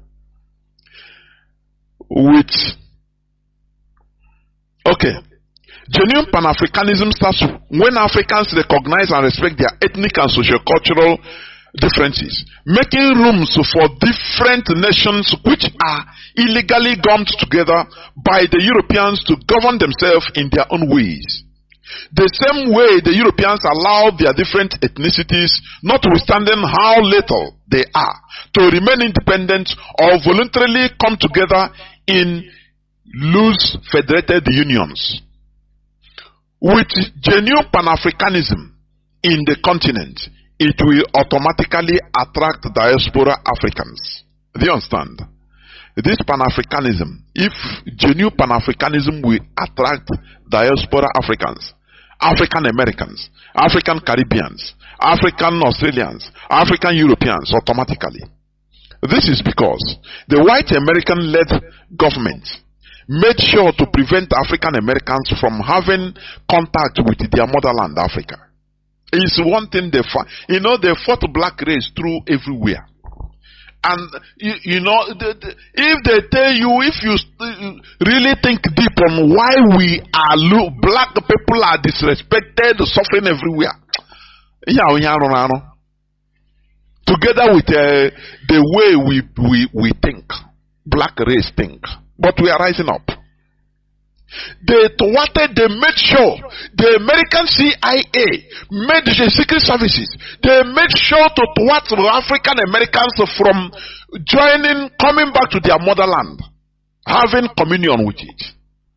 You understand? Amen. They made them to stay there. I gotta say, I gotta move. Africa is nonsense. They sold us into slavery. Yes. Our ancestors, yes, they collaborated. Some of them. Many of them, they were overpowered, but some of them collaborated. That is a known fact. But it shouldn't be an excuse. Remember, most of the whites you see today in South Africa and the Americas are descendants of the highly persecuted Huguenots, expelled mostly from France. They grew above this sad history of theirs, and we are able to reconcile and became attracted to their European roots. African Americans and other diaspora Africans should follow the footsteps of the descendants of the Huguenots that were killed and wronged by their own people, but we are able to go back to their European roots. You know the Huguenots. That is a Protestants, mostly in France, as of that time. The 15th, 16th century.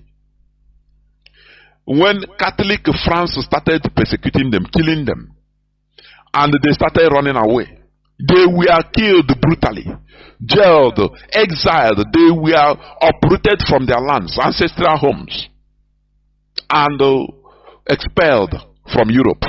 They were given option to run away. Many of people, the Boers, even you see, they are South African, white South Africans are the Huguenots, descendants of these Huguenots. Many in America, the same thing. When I talk about America, I mean the Americas. From Canada, the north, down to Argentina, the south.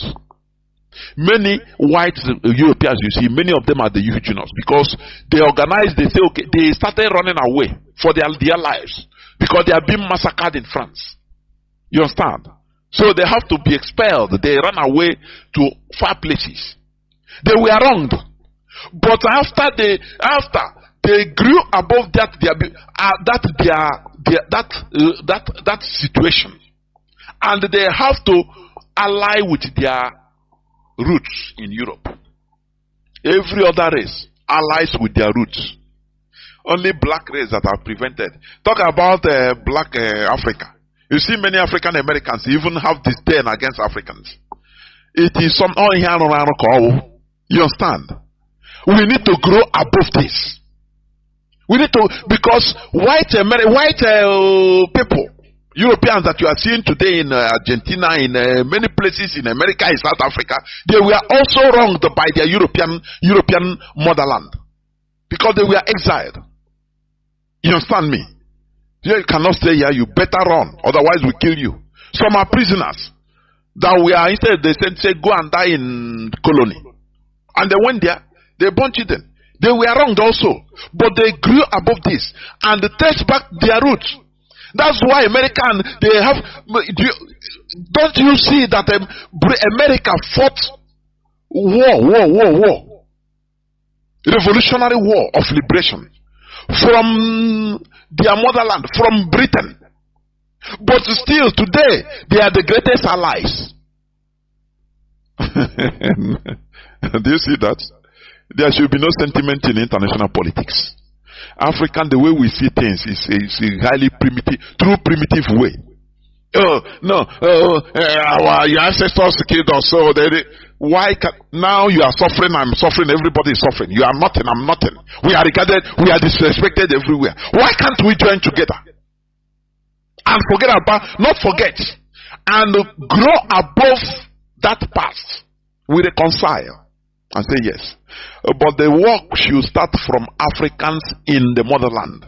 Like what we are asking for the restoration of Biafra. Because in Nigeria we are nothing. We are marginalized, disrespected, we are mounted to nothing. We are not allowed to take charge of our destiny in a place, in our country, in our part of in Biafra land where we have water bodies everywhere. There is no seaport. But in the north, where there is desert, is in desert that they have a dry dock in Kanu. Any containers belonging to Kanu people, northerners, it will land in Lagos seaport. Now they use train to convey it in Kanu. Now people will take taxi or use their cars for to 5 minutes ride, drive, go to their dry dock, clear it. There in Kanu and take it to their shops.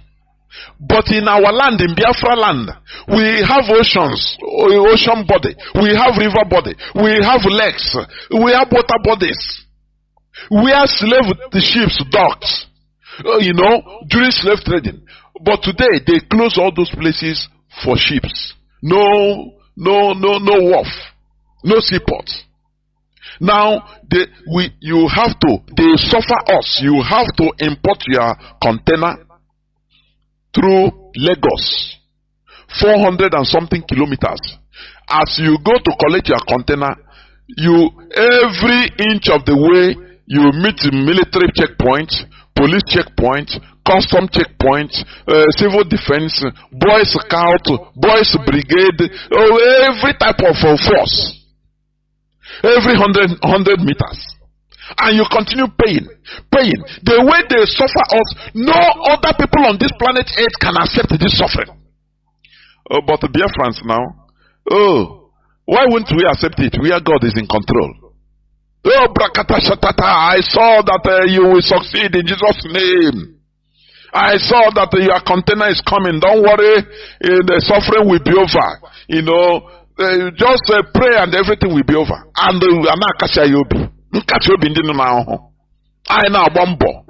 we take our container flying on the road. They continue ripping us up. According to report, the last 2 months, only the military police and military checkpoints in Biafra land, they report 600 in year never end. 600 billion naira. 600 billion. Do you know what it means? That we are giving to police and military, settling. What type of agony they put us? I want to people to you have to raise your chagrin, righteous indignation. They put us in a suffering, dying slowly, and we continue eating the flesh of our own brothers, thinking that the problem is a witch, the problem is your father, tie your destiny. This one is life on the pit of hell. They are attacking us from land, sea, and road, bush, everywhere. From the churches, they are attacking us. If the government of the day, they're causing havoc against us, now in the church, they tell us it's your brother that is your problem. Do you see what we are suffering? And you never see road. You never understand. Because you are ignorant, naive, and blind. You are sentimental. You are a religious bigot. We don't need this in this struggle. If you are a religious bigot, you better move away from here. We don't need it. When we get Biafra, you can come. Because one thing must give road to another. That is the reality. So, we must continue what we are doing. Our brain must be sanitized in order to restore a sanitized country. The suffering, the agony, the pain we are going through, it is too much. No other race on this planet Earth can be able to endure it. No other race. Open, they don't hide it. You come out they stop you on the road. Everybody come down from the car and march 100, 200 meters, your hands up in a place in our own land, and you think that is normal. You think that is normal. After all, after you go to church, they console you with fake promises, everything fake. Oh, naira will be more than dollars, and you say amen. Nah, ngwana. Very miserable situation. That means there is a time we come in somebody's life, you say no, you take this drastic decision. That's why I love white people. They have red lines. There is a red line you cannot cross. Instead they kill you and kill themselves. They don't care. Life is not, it's like that. Everybody will die. But you that is miserable, you like to live and so you're under suffering, you love it. Instead, and even the life you are not living, you are just surviving. We cannot take it. We shouldn't continue taking it. You understand? So people that are talking about Pan-Africanism as a one big giant country in Africa, take note of Nigeria. You understand? Take note of Nigeria. It's a bad example. Don't go that way. Allow people, to express themselves. Allow different nations abound together in one giant country in order to liberate themselves. Now we can go be like Singapore and Malaysia. Moving very well. Have you seen since 1965? Have Singapore and Malaysia fought? Have they fought war? The answer is no. Did they have a fracas? The answer is no, because now they treat themselves as equals. If we restore Biafra, we don't have to fight with anybody. Now we become friends, heavy brothers and friends. Exchanging, knowledge and wisdom. Helping each other. Because that time we will treat ourselves with equality. Not now, not like now you are in Nigeria. You are begging, Igbos are begging for at least add one ministerial post now. I beg. Nigerian president should prove that he loves Ndibo. Very demented, type of statements and reasoning. You love Ndibo.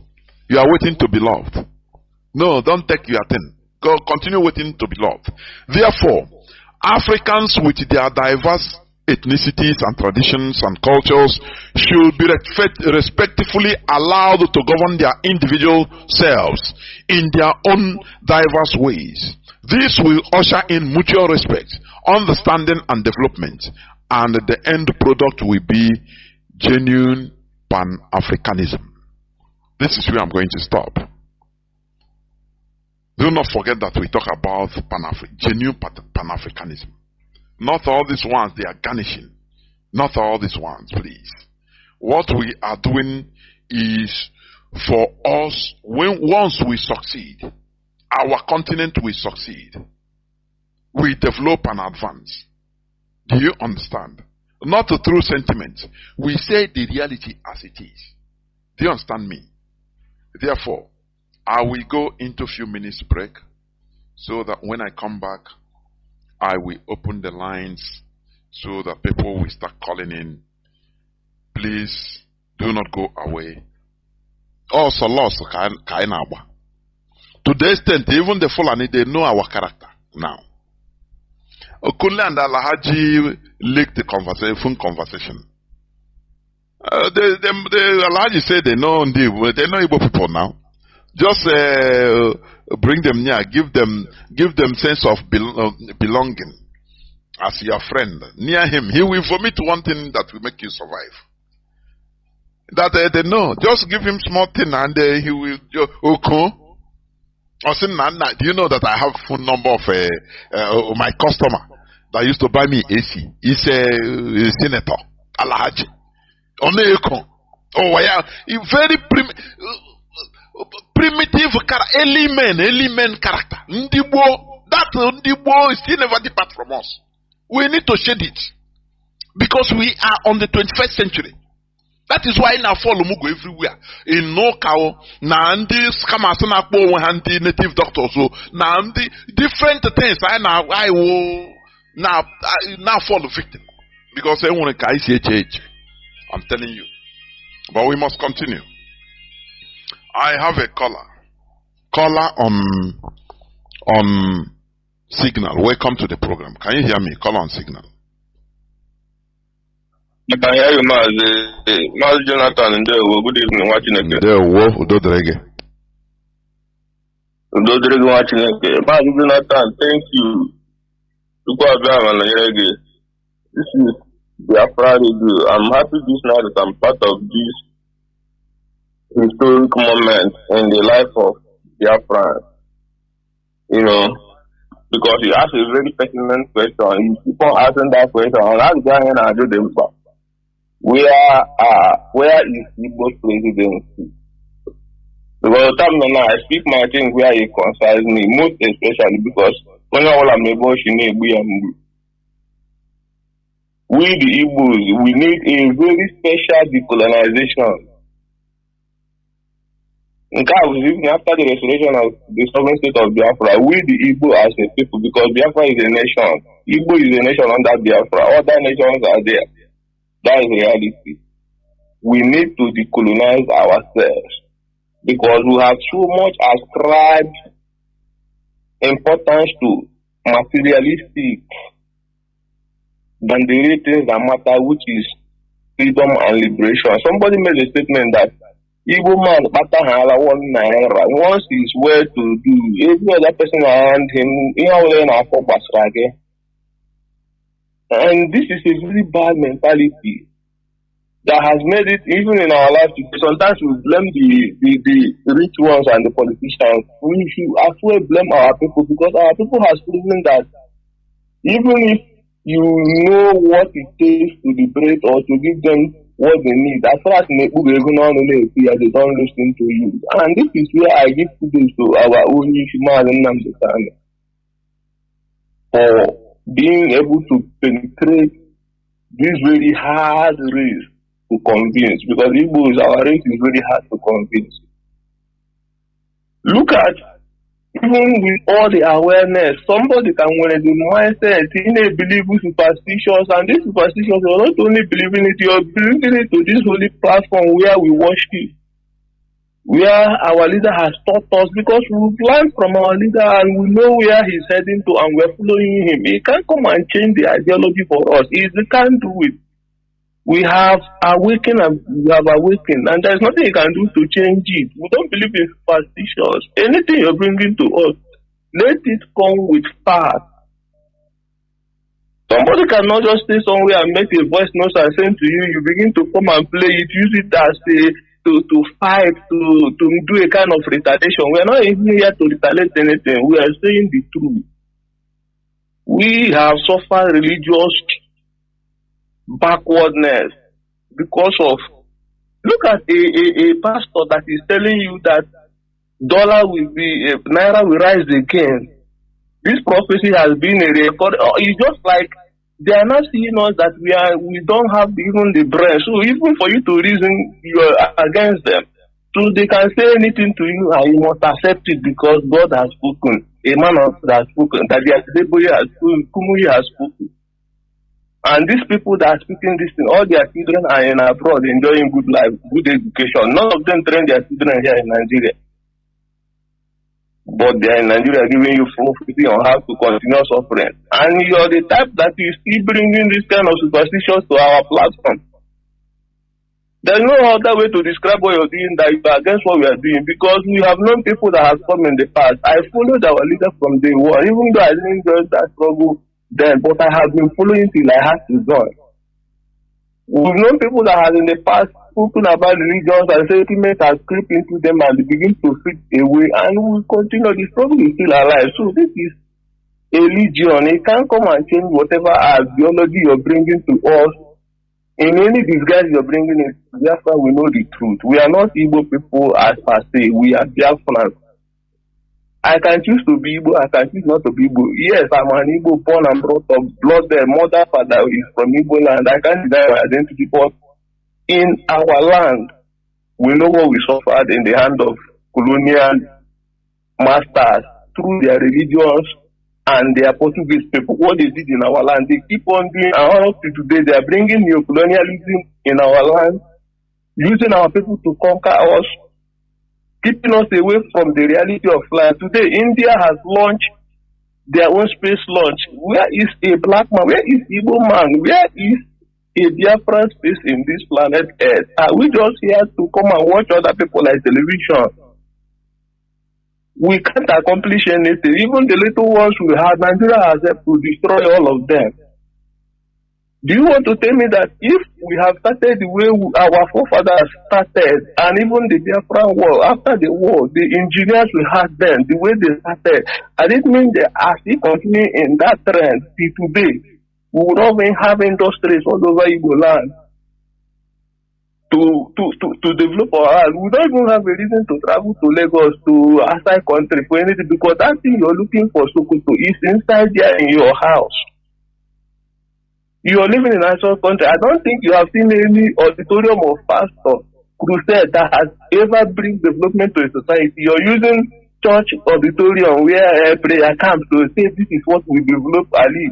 If that be the truth, the way we are a religious people, don't you think that our land will be the most developed in the world, because we have the highest prayer camp and churches in this world in Igbo land?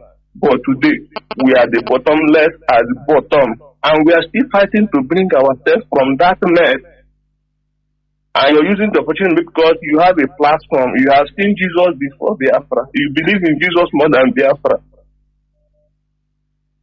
We are not being sentimental. Biafra is our religion, and Radio Biafra is what we worship, and that is the sanctity our leader has kept. Our leader never violated that rules, and you have no right, as somebody who is given opportunity to continue the legacy, to come and change it for us. We can't take it. So, you that is listening to me, I have the right to say what I'm saying this night because I also is part of the movement, blood dead, registered and oath member. Let me ask, if I may ask, who are you talking about even? Because in a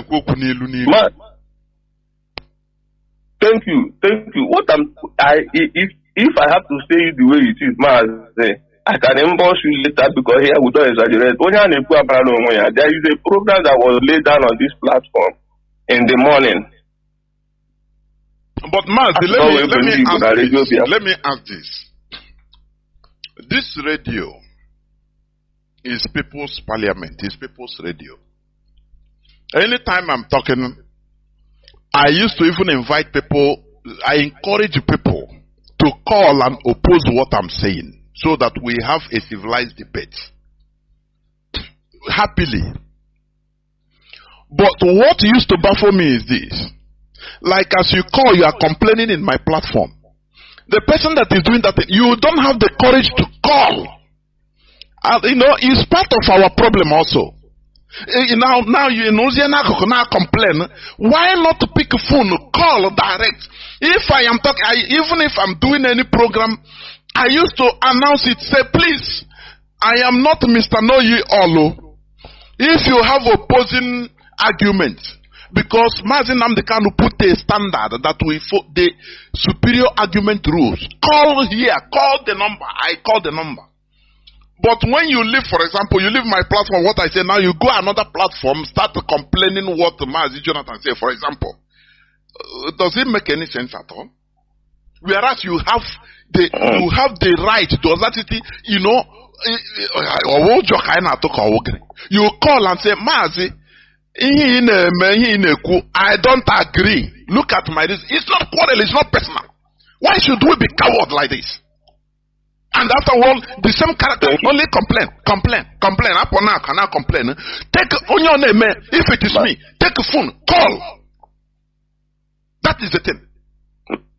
That is what I solicit. That is what I'm saying. Yes, you're right, You're right, Mazi. Let me round up. See, on the aspect of calling, I can only call in. Why I'm calling in on your program? Because after your analysis and everything you said, you gave chance, may pay line for people to call in. But when you're on a program and you know what you want to say, after saying it, you say there is no time to receive call, you end the program. I don't think I will be calling you private, or because what you said, you didn't say it private. No, it's not private. Any other time, if the person come, call him. Talk it. People will hear. We are not afraid of anybody. Until you went there on air. That is how it should be. And I want people to do the same to me. You understand? I want people to. If you say you don't agree, what we are doing is we are not. Do I know you? You don't know me personally. We don't have any personal business. It's this struggle. So anything we are doing is not personal. It's the standard being set. The focus of where we are going. So, if you disagree on what I'm saying, you call. Now we discuss. You can make points that strike, that I can learn from. Now, we debate it, we argue, and people will be listening. We will also be learning. That is symbiosis. It's mutual benefit. That is what I'm saying. Mazi. Thank you, Mazi. In order not to debate, let me just round up. Our leader, Mazi Nnamdi Kanu, has been freed by the court of competent jurisdiction, appeal court, and United Nations has also given their opinion. So, anybody who is going to talk about signing shorty or anything, you are just being a useless fool that you have always been since we know you. Our leader is free, and the Nigerian system should obey their own court and release an innocent man so that he can go and take care of his family, because you can't tell me that somebody who the court has set free for over 1 year now is still being kept in solitary confinement. This is injustice, and the world is pretending as if they are not seeing what is happening. We are here and we will remain here until all of them will come and go. And justice must prevail. Our own case can never be different. Nambuko be true, and it will never end in our leg. We must have our freedom and develop our land the way we want it and build our own civilization, our own indigenous way as a race. We are not cowards. We can never be cowards. Thank you, Mazi, for what you do for motherland. Thank you very much. We must continue. We should learn how to, I don't know, there is something also I see in us. And this is part of the thing we need to change. We are seeing debate. Sometimes some of us see debate as you are against me. Or contrary opinion as you are against me. That is why we are not good in politics. You know? That is why we are not good in politics.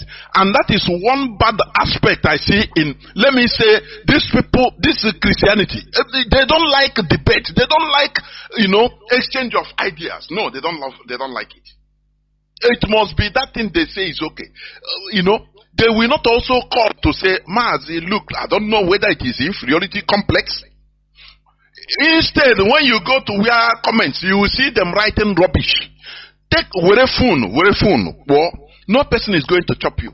Make your point. Now you allow another person, I will make my point. Now that is how people grow up. But we see debate, Mazi Nnamdi Kanu have been stressing on this. Debate or contrary opinion is not that I am against you or you are against me. No. We can be best of friends. But when it comes to certain debates or arguments, I differ with you. And we iron it out. After that, whenever it comes to our ordinary friendship, we continue what we are doing. That is how things go. That is how civilized people act. Not carrying everything personal as if, no, I don't want, if you talk like this, as long as you are opposing me. That is why, even in Igbo land, politics, they are a governor candidate will try to go and kidnap the other one, his opponent, and kill him. Because we are not engaging in civilization at all. Like at the far back. Thinking that being against what I said, for example, opposing it means opposing me. No. Maybe you don't understand. Maybe you didn't understand. Maybe you are ignorant. Or maybe I that said it, I didn't get it right. So we correct each other, we make points. And you learn, I learn. That is how things move. Caller on WhatsApp. Can you hear me? Welcome to the program. Caller on WhatsApp. Yeah, good evening, Mazi. Mazi, sorry, good evening, Mazi, let me also add this point. If you watch British Parliament in session, you say they can shout on themselves, talk, but immediately after the session, they go and start laughing with each other, shaking each other. Once it comes to work, that work debate, because that is their work, is their job. They can be highly, with all their forces. It doesn't mean they are fighting. This one will rise and say, no, this one they will even woo you. Whoa. It doesn't mean that they have.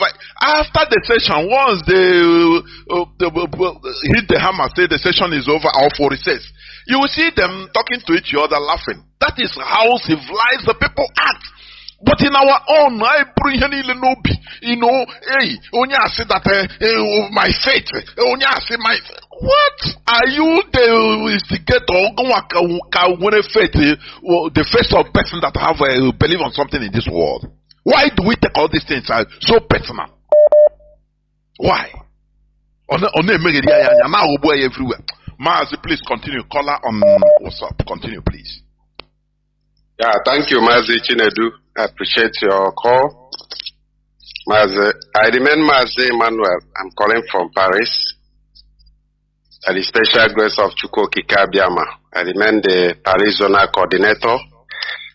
Mazi, I want to just appreciate our leader, Mazi Nnamdi Kanu, the person and the servant who answered the call of Chukwuoki Kabiama, who built up this very platform the Radio Biafra, where we worship. We salute his courage. I want to salute the courage of the leadership of this very movement, the person of Mazi and his leaderships. We appreciate them. And Mazi, just what I want to comment on is concerning the Pan-Africanism you just mentioned, because we cannot shy away from it. It is the topic of this very evening. And the Mazi have deliberated a lot on this very Pan-Africanism. And we have learned a lot also, because hearing something and also developing more on that very issue, we highlight many people and reschedule their way of thinking or their way of perception, the way they perceive this very concept called Pan-Africanist. I have been following I have been, watching some of them online. Some who normally, even some of them, you saw them, they will be talking of one federal Africa with one president. And then when you ask them one question concerning even, they rarely even talk of their country of origin. You see? And all these people you see, when you ask them some questions or you want to, draw their attentions on the difficulties that may face Africa and the irrealizable of this very project. I am not saying that building one big Africa is impossible. It is possible. But we have to learn from the people who have passed that through channel. And you will know that before you come into the level of building one federal Africa, you have to first of all watch the type of federalism that United States are using, and you know that the European Union, they emulated from United States. Now they are building their own union. Before they came into agreement to build a kind of union, they have been in their own sovereign nations. They have been, governing themselves well. They have solid government. They have solid institutions that function well internally in their own respective countries. But when they are now facing the federal issue, they are talking of federating themselves. Now they are now coming with their terms, their conditions, and they are debating on it. Then you ask Africans who are talking of this Pan-Africanist. Yes, when you tell them that you are talking of Pan-Africanism, but you don't know that even the country you call your own, check well, you find out that your border has been tampered. A lot of things has been, mismanaged in that area that they call their own country, especially Cameroon.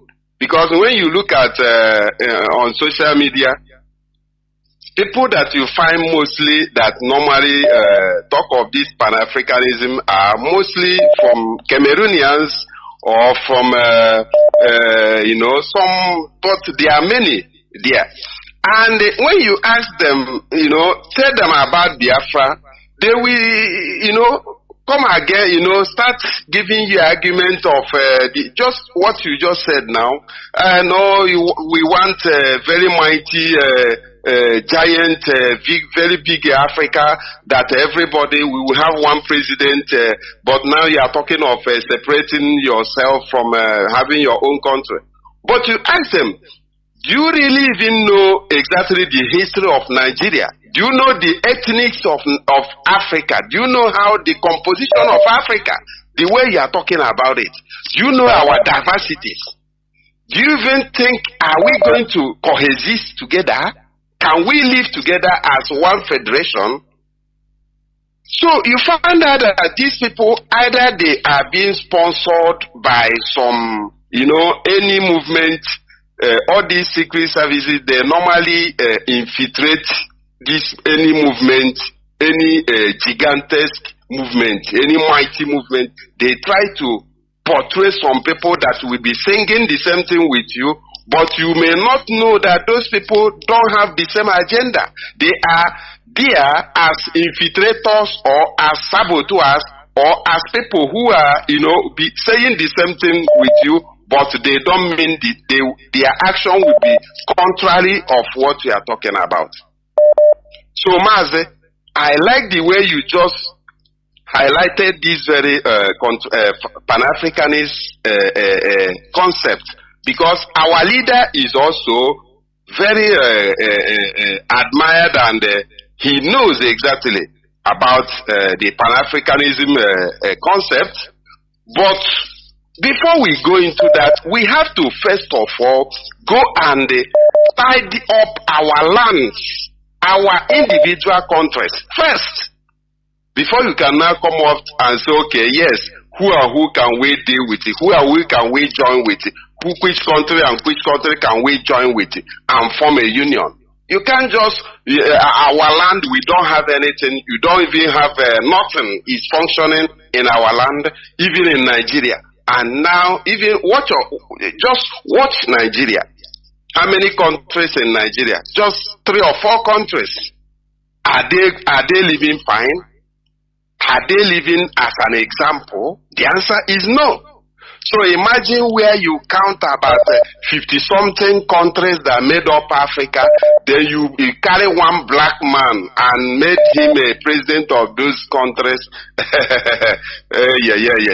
lot of things will happen.